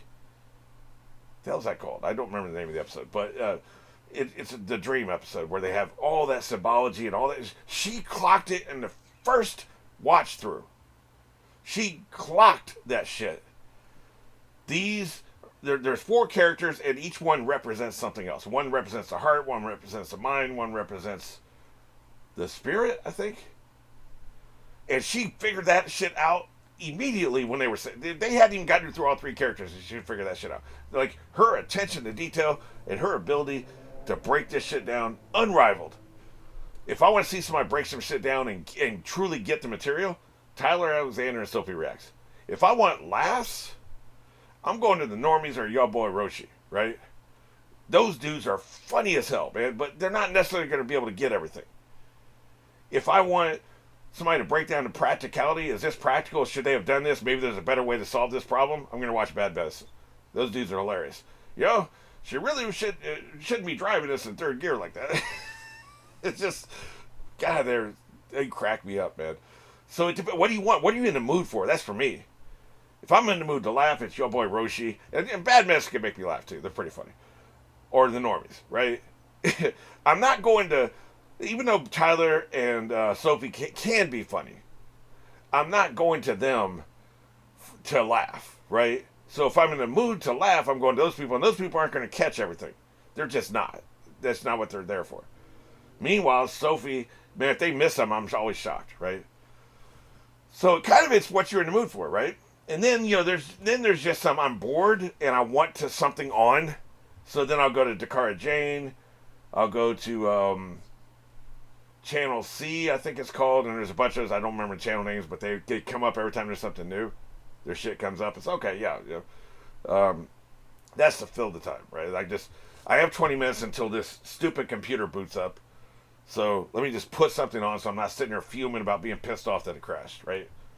Essentially. So those are the kind I watch when I'm eating because I don't have to pay 100% attention.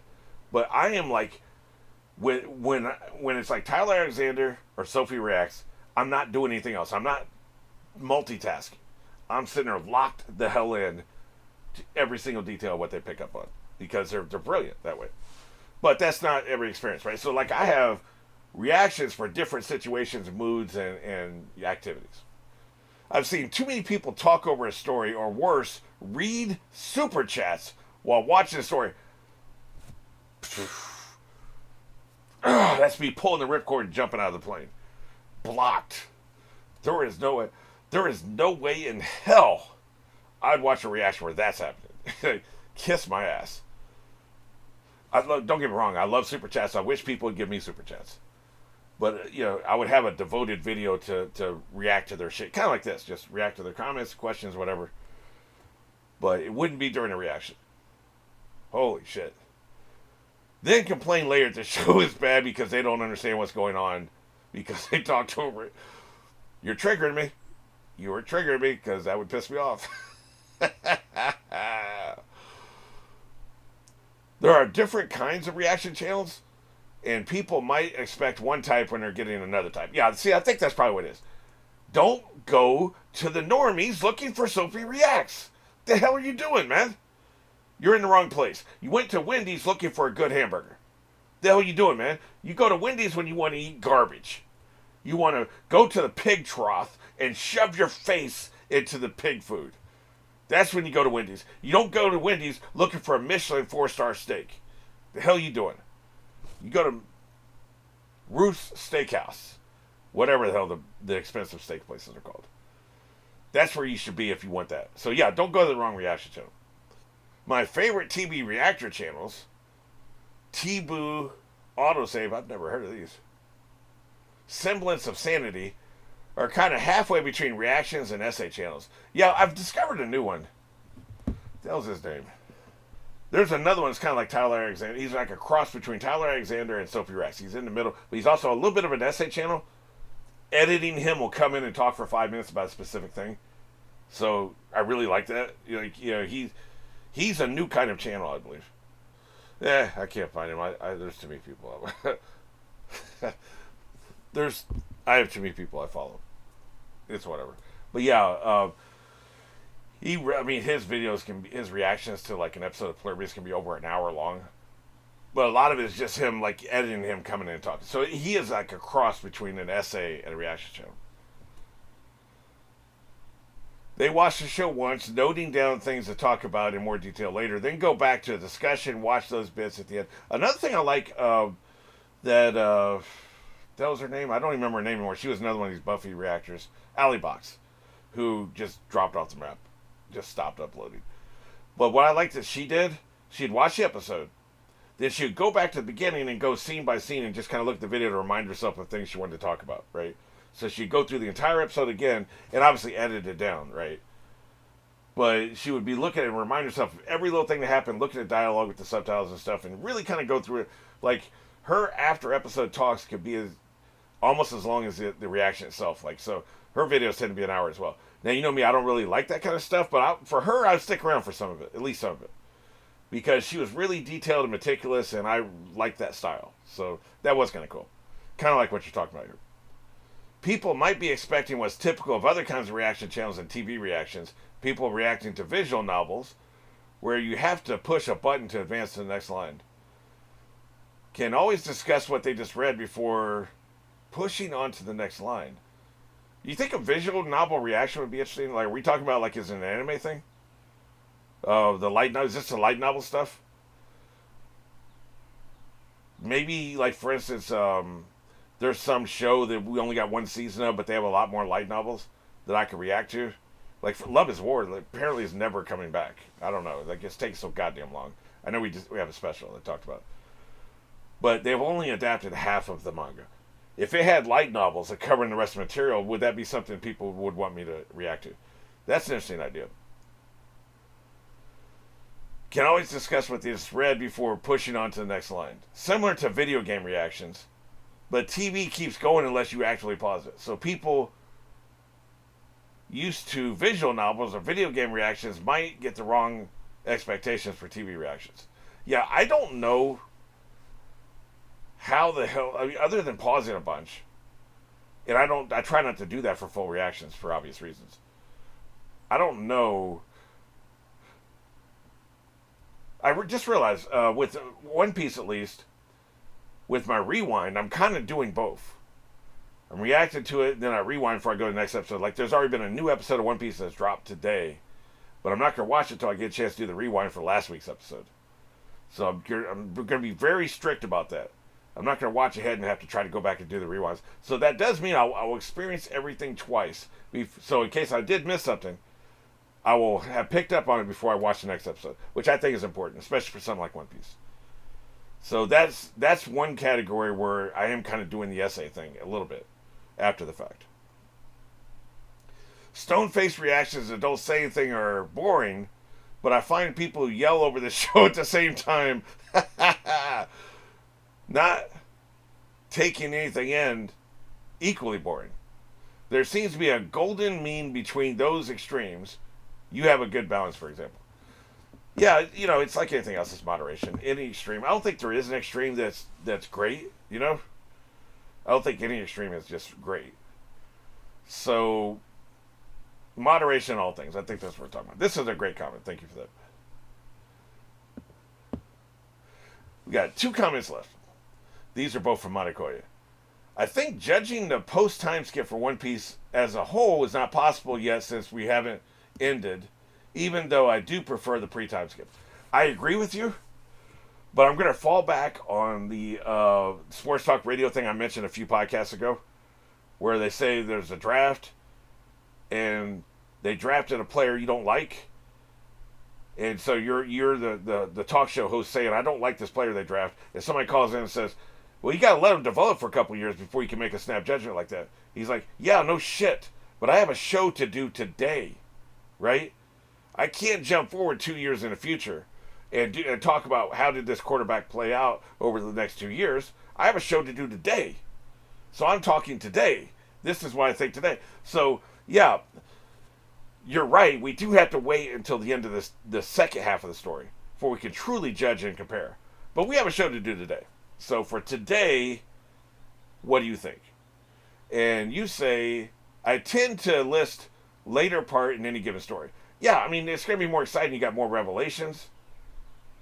Unless you go full Game of Thrones, and you should never go full Game of Thrones. But unless you go full Game of Thrones and just completely and totally shit the bed with Hardy's diarrhea, Wendy's diarrhea, Taco Bell diarrhea, completely shit the bed. Then, even though you have a bunch of people meeting who've never met before, and you have all these conclusions, and we answer all these questions, and everything gets wrapped up, and characters die off, it still sucks ass. Because you're so incompetent, you couldn't finish the damn story. God damn, I hate Dan and Dave. Jesus. Anyway, it is possible for the later part of a story to suck ass, but you have to really work hard to do that. Intrinsically, it should be better. Because everything is coming to a head. The beginning of the story is branching out. The end of the story is coming to a head. The second half of the story should intrinsically be better than the first half. Should. higher than I would the earlier parts because the later ones do not exist in a vacuum. Yeah, it's built on a foundation, right? They're built on what came earlier. However, if by post time skip you mean ranking it in a vacuum, as we imagine that there is a alternate universe where One Piece starts from post time skip and one where it only has a pre-time skip, then yes, I would consider the pre-time skip to be better. That's a very measured answer. Let's do a mental exercise here. Could we have started post-time skip? Just start. They show up on the island. We do anime flashbacks to kind of show how people got together. Would we have missed much? Is that where the short story should have started? I love the journey, and I wouldn't like watched every damn episode. You know that, so I knew I love the journey. I wouldn't miss any of that for the world, but I think we could have started at the time skip, move forward, and have flashbacks fill in why is this crew together, what do they want, and then a couple of these people could just be introduced rather than be here they are again. Crocodile, for instance. I mean, I think so. I think this could work. Just start at the time skip. Which means the story would be over by now if you start the time skip back in 1997, right? So, it could have worked. Obviously we get what we get, which I really enjoy. But I'm just saying, as a mental exercise, I think it could work. Well, whereas I don't know that Star Wars would work if you start with Empire. I don't know about that. I think you need the full context of what came before. Here, because the characters aren't changing, they don't evolve, they're static. You can pretty much start at any point. Just explain the nuance of the context, why the hell they're together, what are they looking for. Do that, and you can start at any point in the story. That's why people do it, actually, if you think about it. They jump in. Somebody was telling me there were One Piece fans who have been fans for 20 years who have never seen the first 300 episodes. You can jump in at any point. And in flashbacks and synopsises and shit, and you can read online a little bit, fill in anything you're missing and you're confused on, and just people do it all the time, right? They jump in. Some people jump in. I jumped in with Thriller Bark and then eventually went back and started from the beginning and caught up. Or I jumped in and Thriller Bark and never looked back. That's happened. So that is a thing, right? Interesting. Hadn't thought about that, but that is true. People actually do that. And finally, my favorite part of One Piece is the characters, the humor, the emotions. If I had to choose one, it would be the humor. It's a funny show. And it's naturalistically funny. It's not sitcom funny. Take my wife, please. It's not set up punchline funny. They don't have many brick jokes in this series. That's one of the only things I could make as a complaint. Is you don't have a joke set off that pays off later. Unless we want to talk about the dynamite that's in the treasure chest or something, that the setup was 300 episodes before the bomb exploded. That's a brick joke. But things like in one episode, somebody had graffiti spray painted on their car, called them a whore. And 6 episodes later, you find the paint can in one of your friends' bedrooms that's the exact same color. And sometimes they don't even call attention to it. Like, you either figure that out as an audience or you don't. It's that simple. There's been a few like that. Buffy was great with the brick jokes. One episode, Buffy's mom has sex with her mentor. 10 episodes later, she finds out because she reads her mom's mind. Right? Set up, payoff. It's really good. They don't really do the brick joke here. But their character humor is unparalleled. And then there's a lot of really clever wordplay, dialogue humor. And I always love that's what you care about right now? We're in a dire situation. You're worried about where's the pie? That's what you care? That's what you're focused on? Or that's the one thing you piece out of what that monologue or whatever? That's always funny. I love the... even though, Sanji's tiresome, it's still, there's comedic value there. Brooke can be tiresome. Oh, I don't have any bones or flesh. Or I did that wrong. You know what I mean? He doesn't have any flesh. Whatever the hell his lame ass jokes are. You know what I'm talking about. So that can be tiresome, but it's still good. It's still character driven humor. They really, really nailed the humor. It is a funny ass show. All right, well, that's the Q&A. It's been long enough. So now I'm going to go back and record the rest of the podcast. Yes, this is another one I've done out of chronology because I'm a weirdo like that.